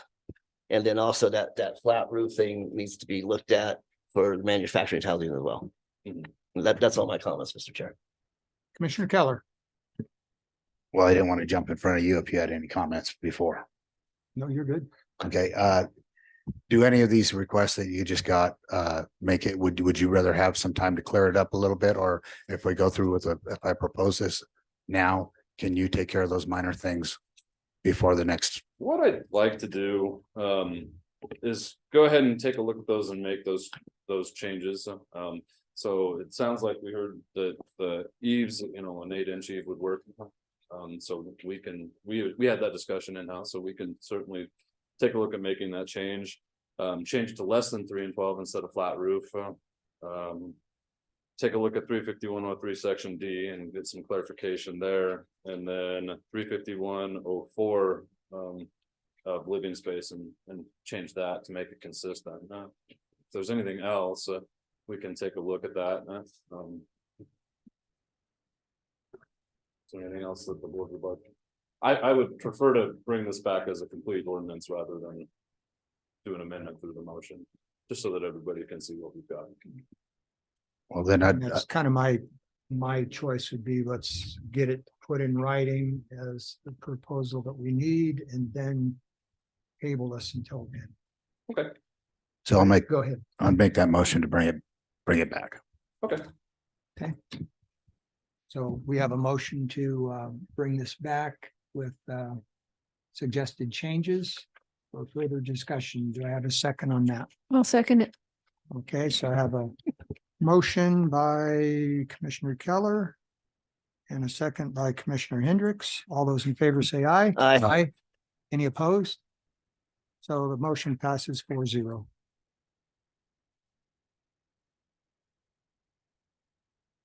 Very good. We'll move on then to 13B for possible action. Oh, 2 minutes. yes. 2 minutes. Need a break? Okay, we'll take a 5-minute break. It's 11:05. Please be back in your seats at 11:10. Recess.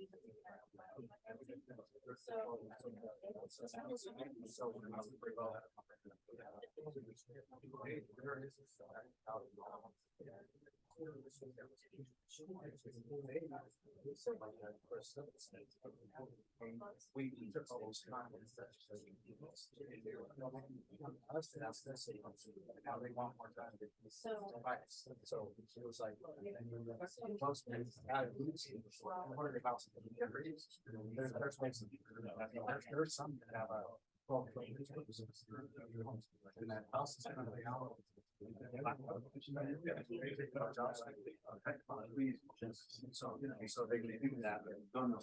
There's ways. Yeah, well, it's just what they. Yeah, well, there's so many different ways.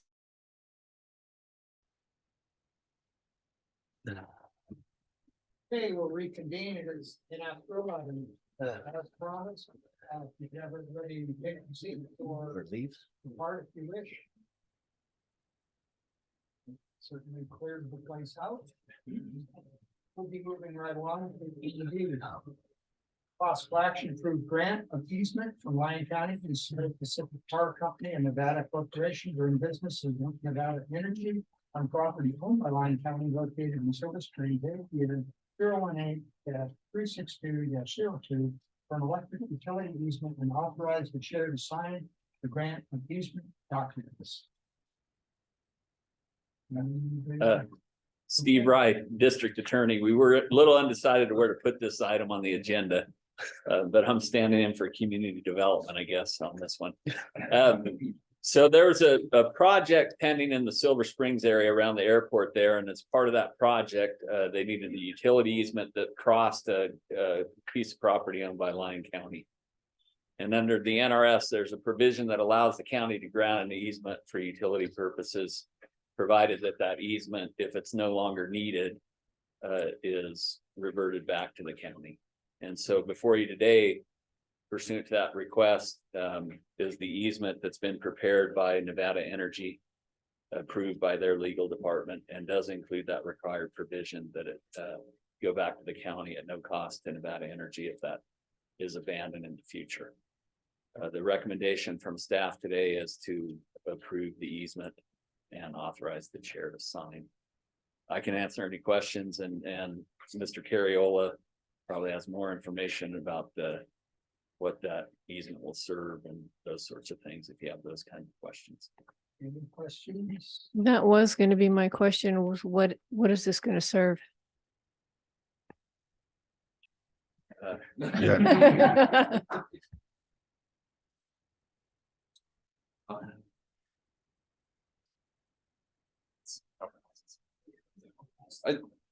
Andrew Haskin, Lyon County Manager. So I believe that, so it's a pretty small easement. I think it was like 150 square feet or something. It's for a guide wire to come down to support a pole that's gonna take power across the highway. So I don't have an idea on what the use will be, but it is to get power across the highway. Okay, thank you. Yeah, that's all we know. Guide wire.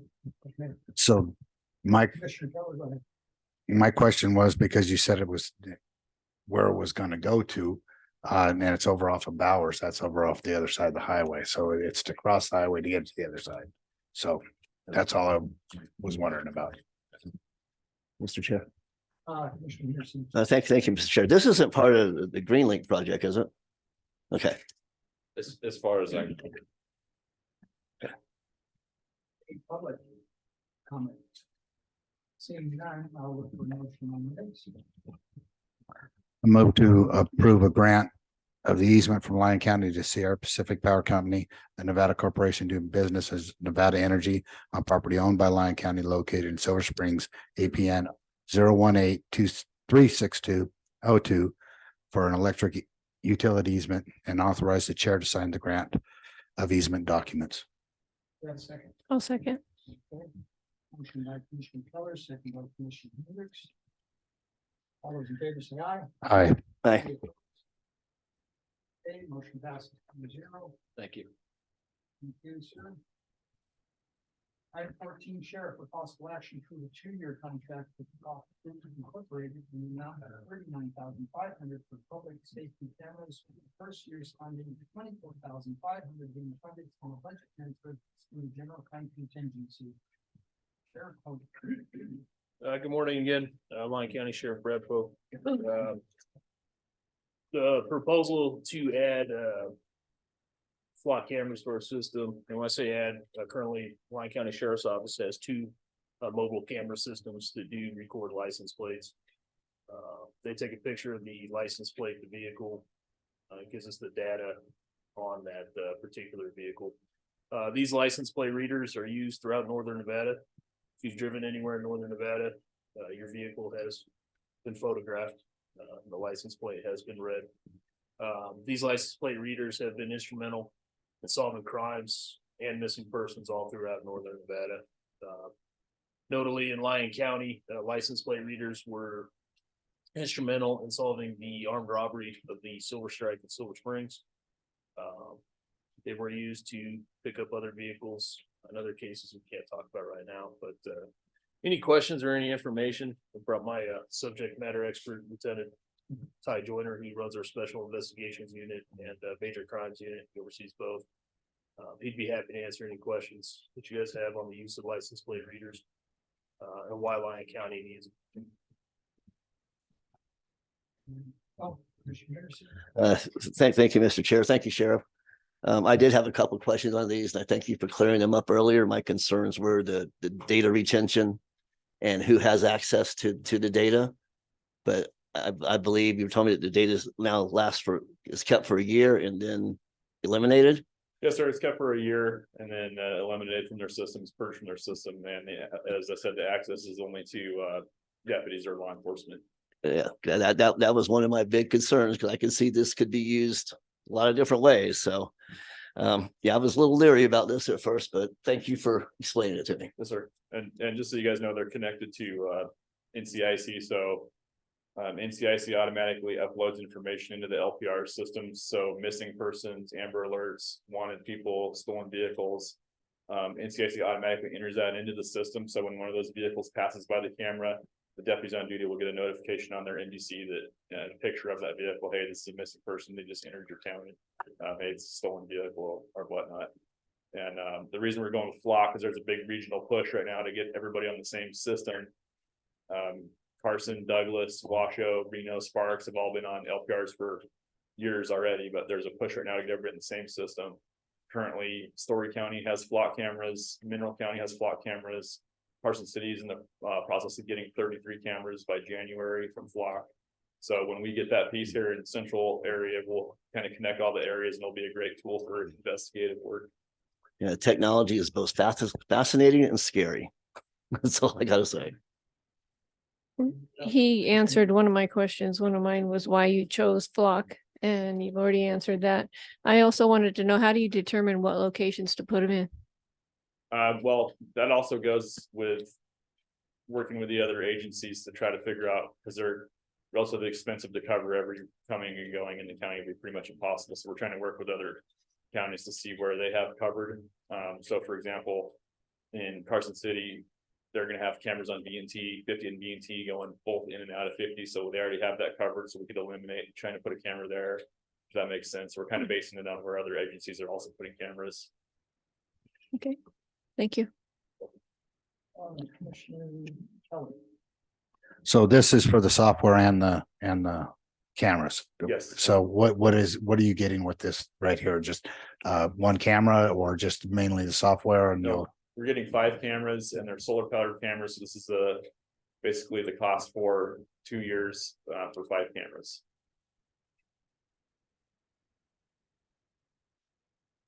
Anything further?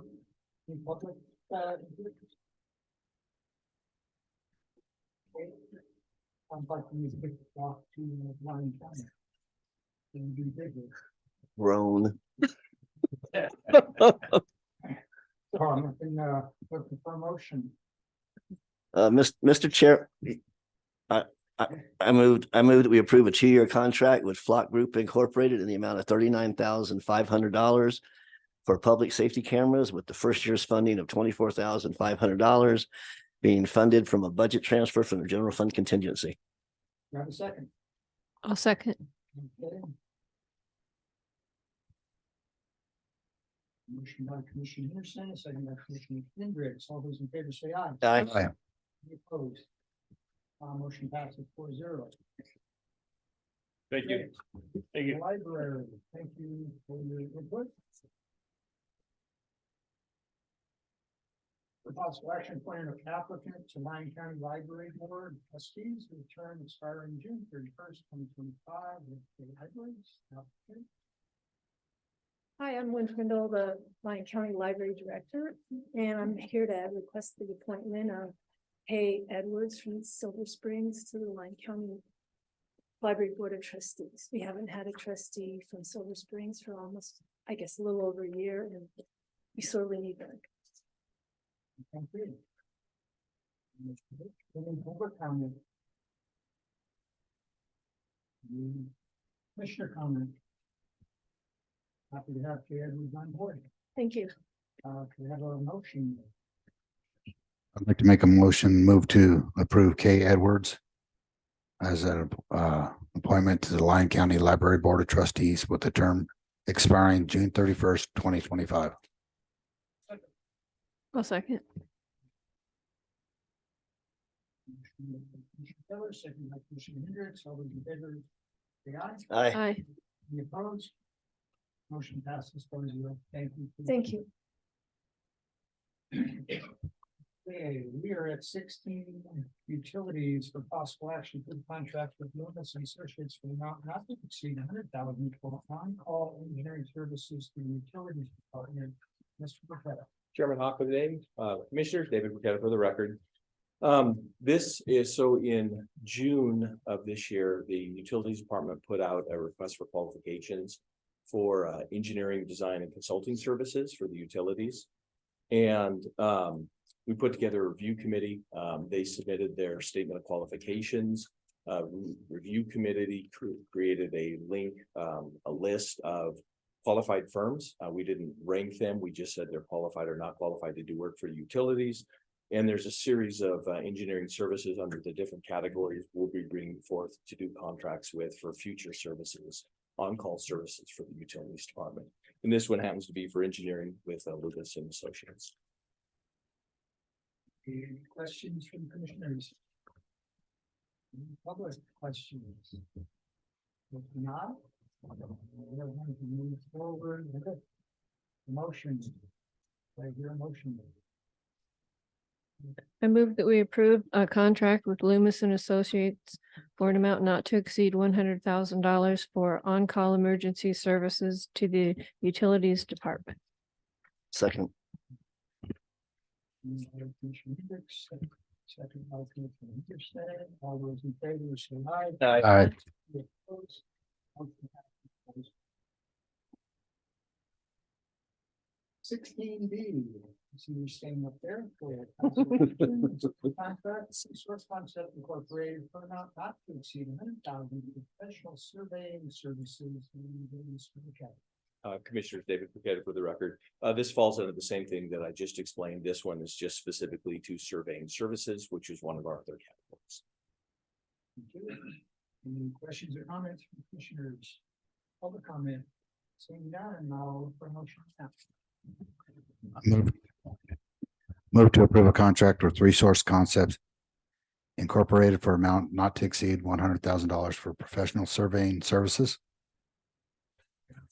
I'll second. Wait. You're good. Good, Mike. How'd that get turned off? All right, thank you, Mr. Foley.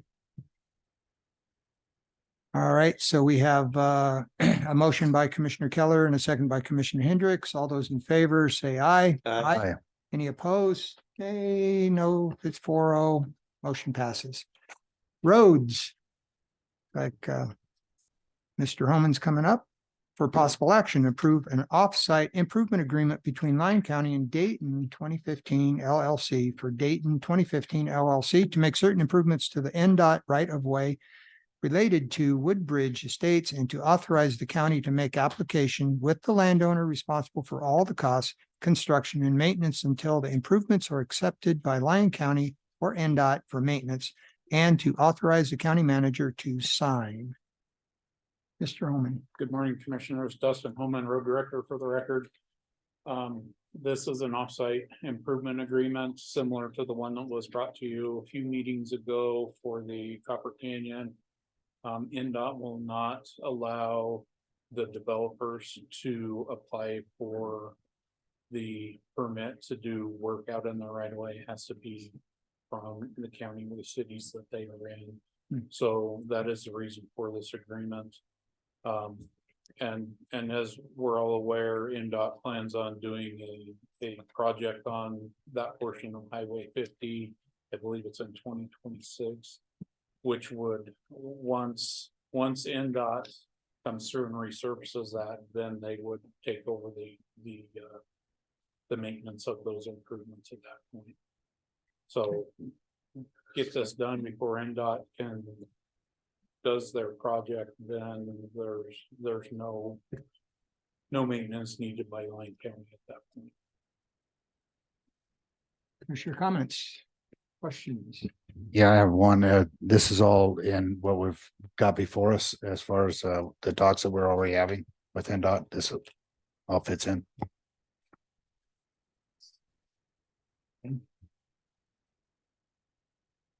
Andrew Haskin, Lyon County Manager. So, as a condition of approval on a tentative map for Woodbridge Estates, that, there was some improvements that were required as a part of that. They're going to have to, that they being the developer, excuse me, are going to have to work with NDOT on what those improvements will be. So I'm sure NDOT will take into consideration some of the discussions of what their future plans are as well. They're going to submit for, all of the plans and stuff, and then we'll have to see what comments and changes come back from them. Thank you. Anything further, Commissioner Keller? You're good? Okay. Any public comment? Seeing none, we will move on for motion on 17A. I have a motion. I'll make the motion. Okay. I move that we approve an offsite improvement agreement between Lyon County and Dayton 2015 LLC for Dayton 2015 LLC to make certain improvements in the NDOT right-of-way related to Woodbridge Estates and to authorize the county to make application with the landowners responsible for all the costs, construction and maintenance until the improvements are accepted by Lyon County or NDOT for maintenance, and to authorize the county manager to sign. Do I have a second? Second. Okay. Motion by Commissioner Hendricks, second by Commissioner Henderson. All those in favor say aye. Aye. Any opposed? Motion passes 4-0.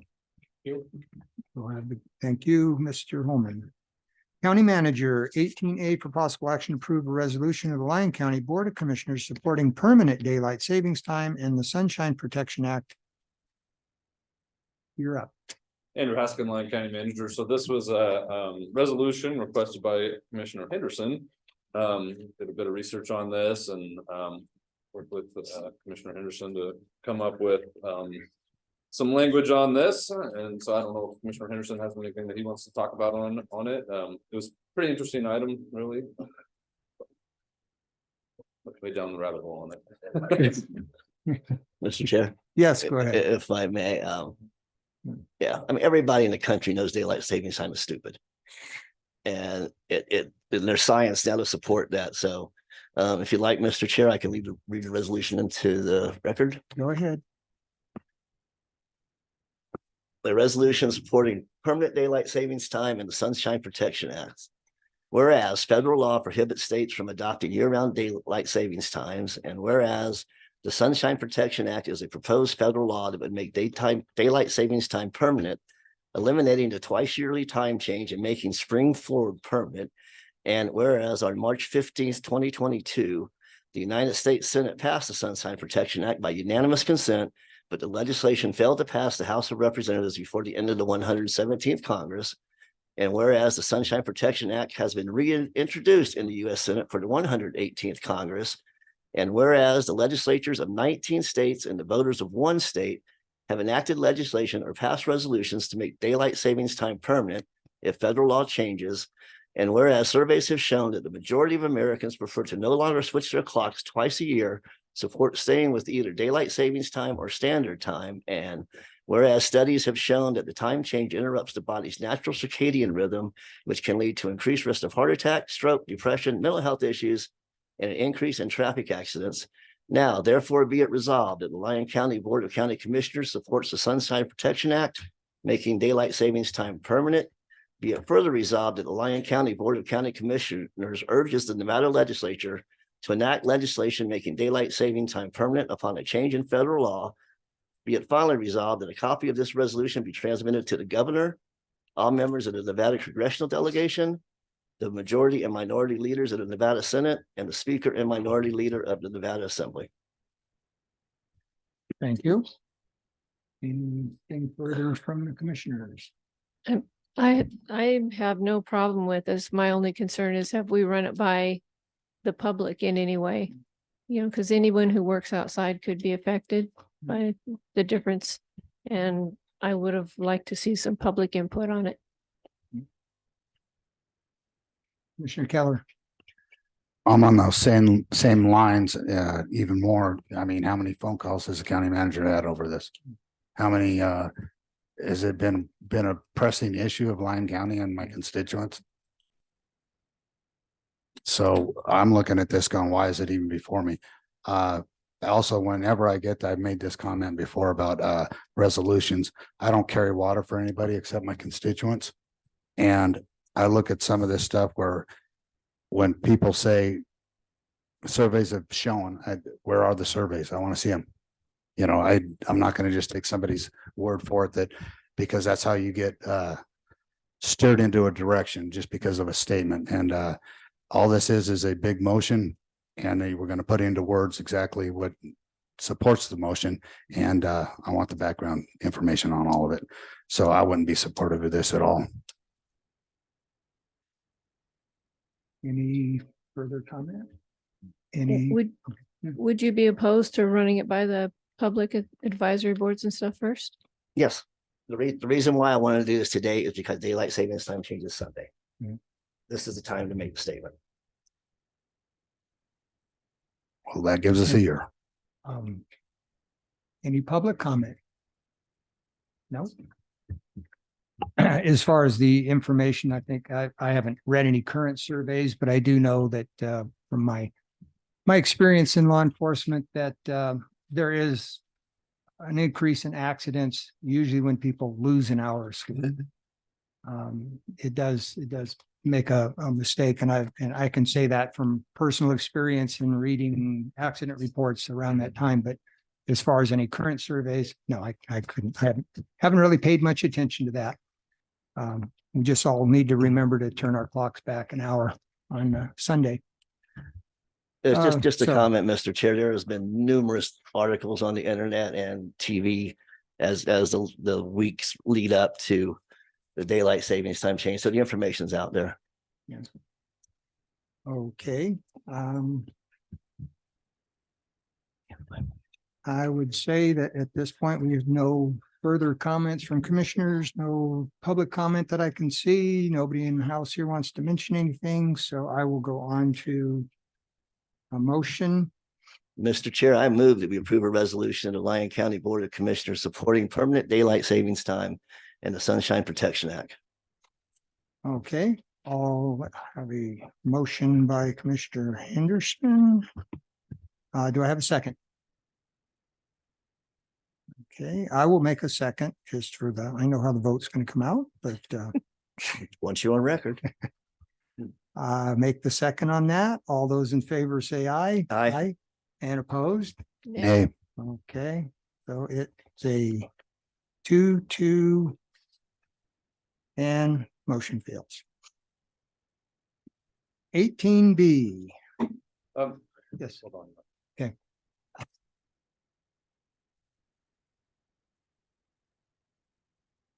You're getting deep.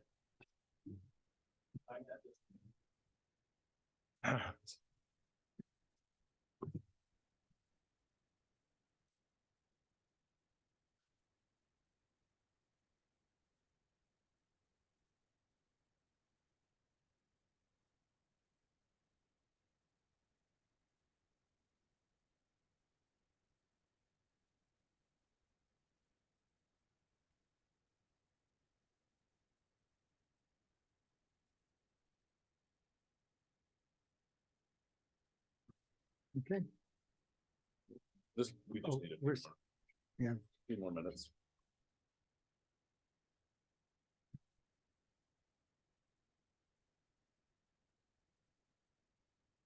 The VA is For those, checking yeah. into whether the daylight savings time is legal. Mm. I'm just teasing. Right. For those on Zoom, just so you know, we're waiting for the district attorney to have an input.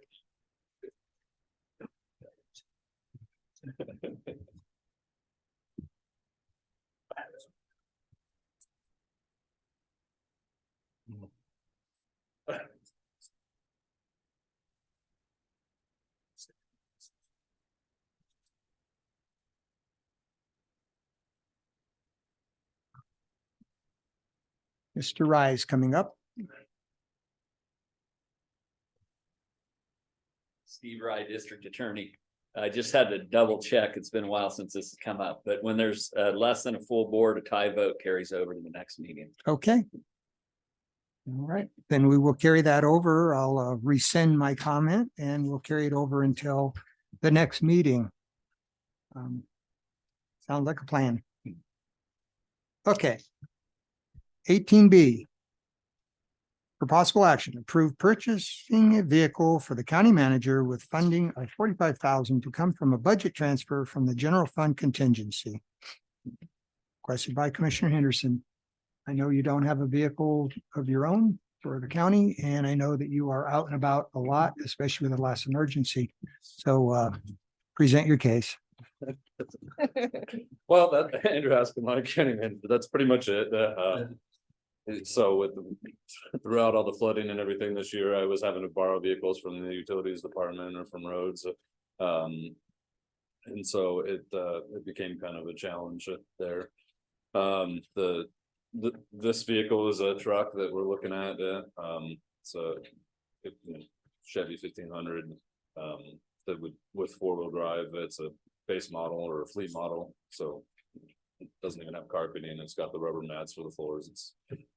It's not got the bells and whistles, so but it would serve the purpose. So with that, happy to answer any questions.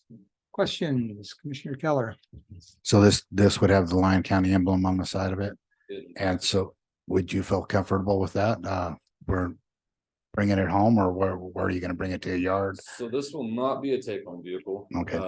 This will be kept here. I transport my son every day to daycare, and so I couldn't do that with our policy. So I definitely don't want to change the policy. So we would keep it as that. But it would be for emergencies when I have meetings. If in an emergency situation I had to take it home. Typically not my son in those instances anyway. So that type of thing. And just to clarify my last statement, in no circumstance would my son in a county. Commissioner Henderson. Thank you. Just a comment. I'm kind of surprised you don't want to take it home. I mean, because you're on call 24/7, so where do you plan on parking it? Is somewhere close to where you're living in the county facility, or because you need to have access to this vehicle is the whole point. I mean, when I found out during the flooding and stuff that you didn't have one, it's kind of made me scratch my head a little bit because you need one. So, but that's, I'll leave that to your discretion. But I would like it close to you so that you have access to it, all the time. Okay, we can take a look at options there, but I bring my son to Urington, so it would kind of be tricky. Well, okay. Except you're called out in the middle of the night and and something's in Mound House and your county vehicle's in Urington. We do have a county vehicle that is kept in Stagecoach, and if that were the case, I could arrange for the use of that as well, but not ideal. But anyway. Commissioner. I'm in support of this. All the questions I had, I already discussed with Josh, and I'm good to go. Commissioner Keller? No. And I also quizzed the county manager significantly on this issue as soon as I read it.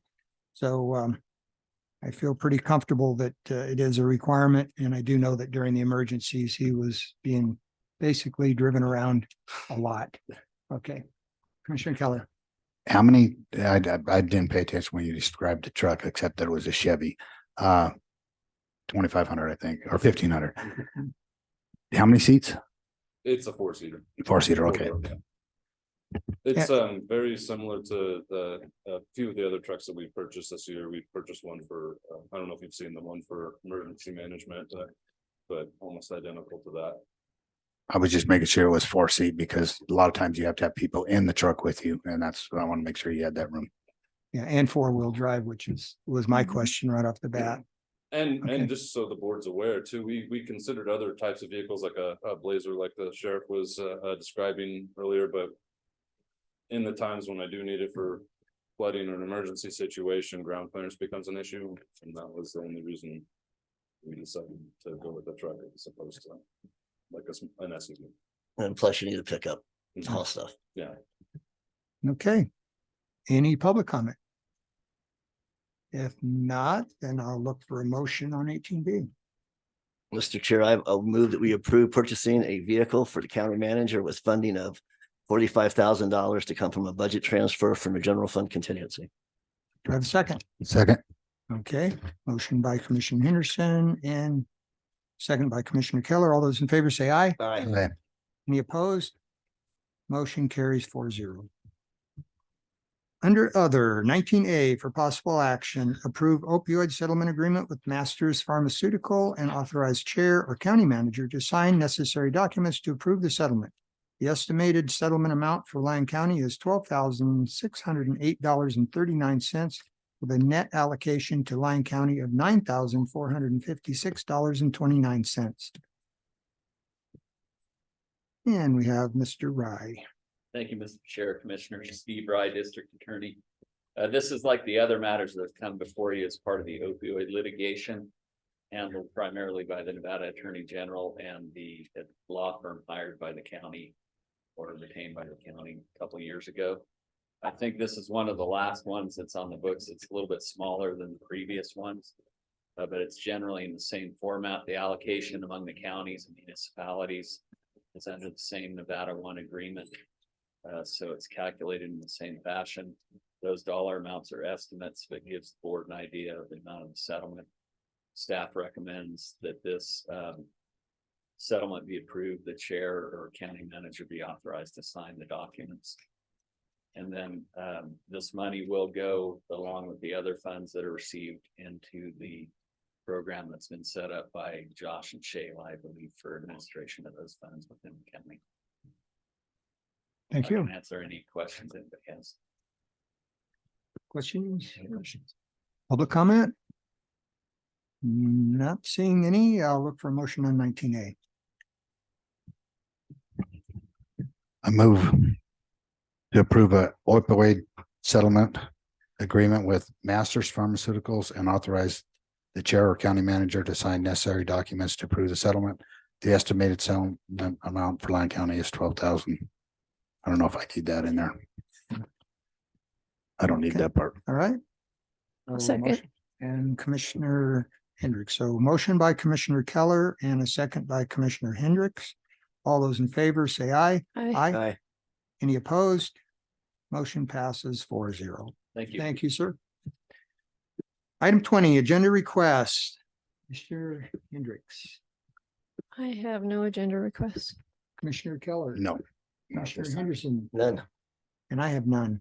Moving to 21, final commissioner comments here. Commissioner Hendricks, No comments. Commissioner Henderson, I have nothing nice to say, so I'm supposed to say nothing. Commissioner Keller. Nothing. And I would just like to thank everybody for their attendance here today. And I think we had some good discussions. So our last public participation, no action will be taken on anything until properly agendized. Anticipated public participation will be held this time, though it may be returned to at any time during the agenda. Citizens wishing to speak during public participation are asked to state their name for the record and will be limited to 3 minutes. And then we'll conduct business and comment after each agenda action item, but before we take action. So do we have any final public comment? Nothing on Zoom, nothing in the room, and therefore I am going to, do we have another closed session? No, great. Then I'm going to move to item 24. We are adjourned at 11:45.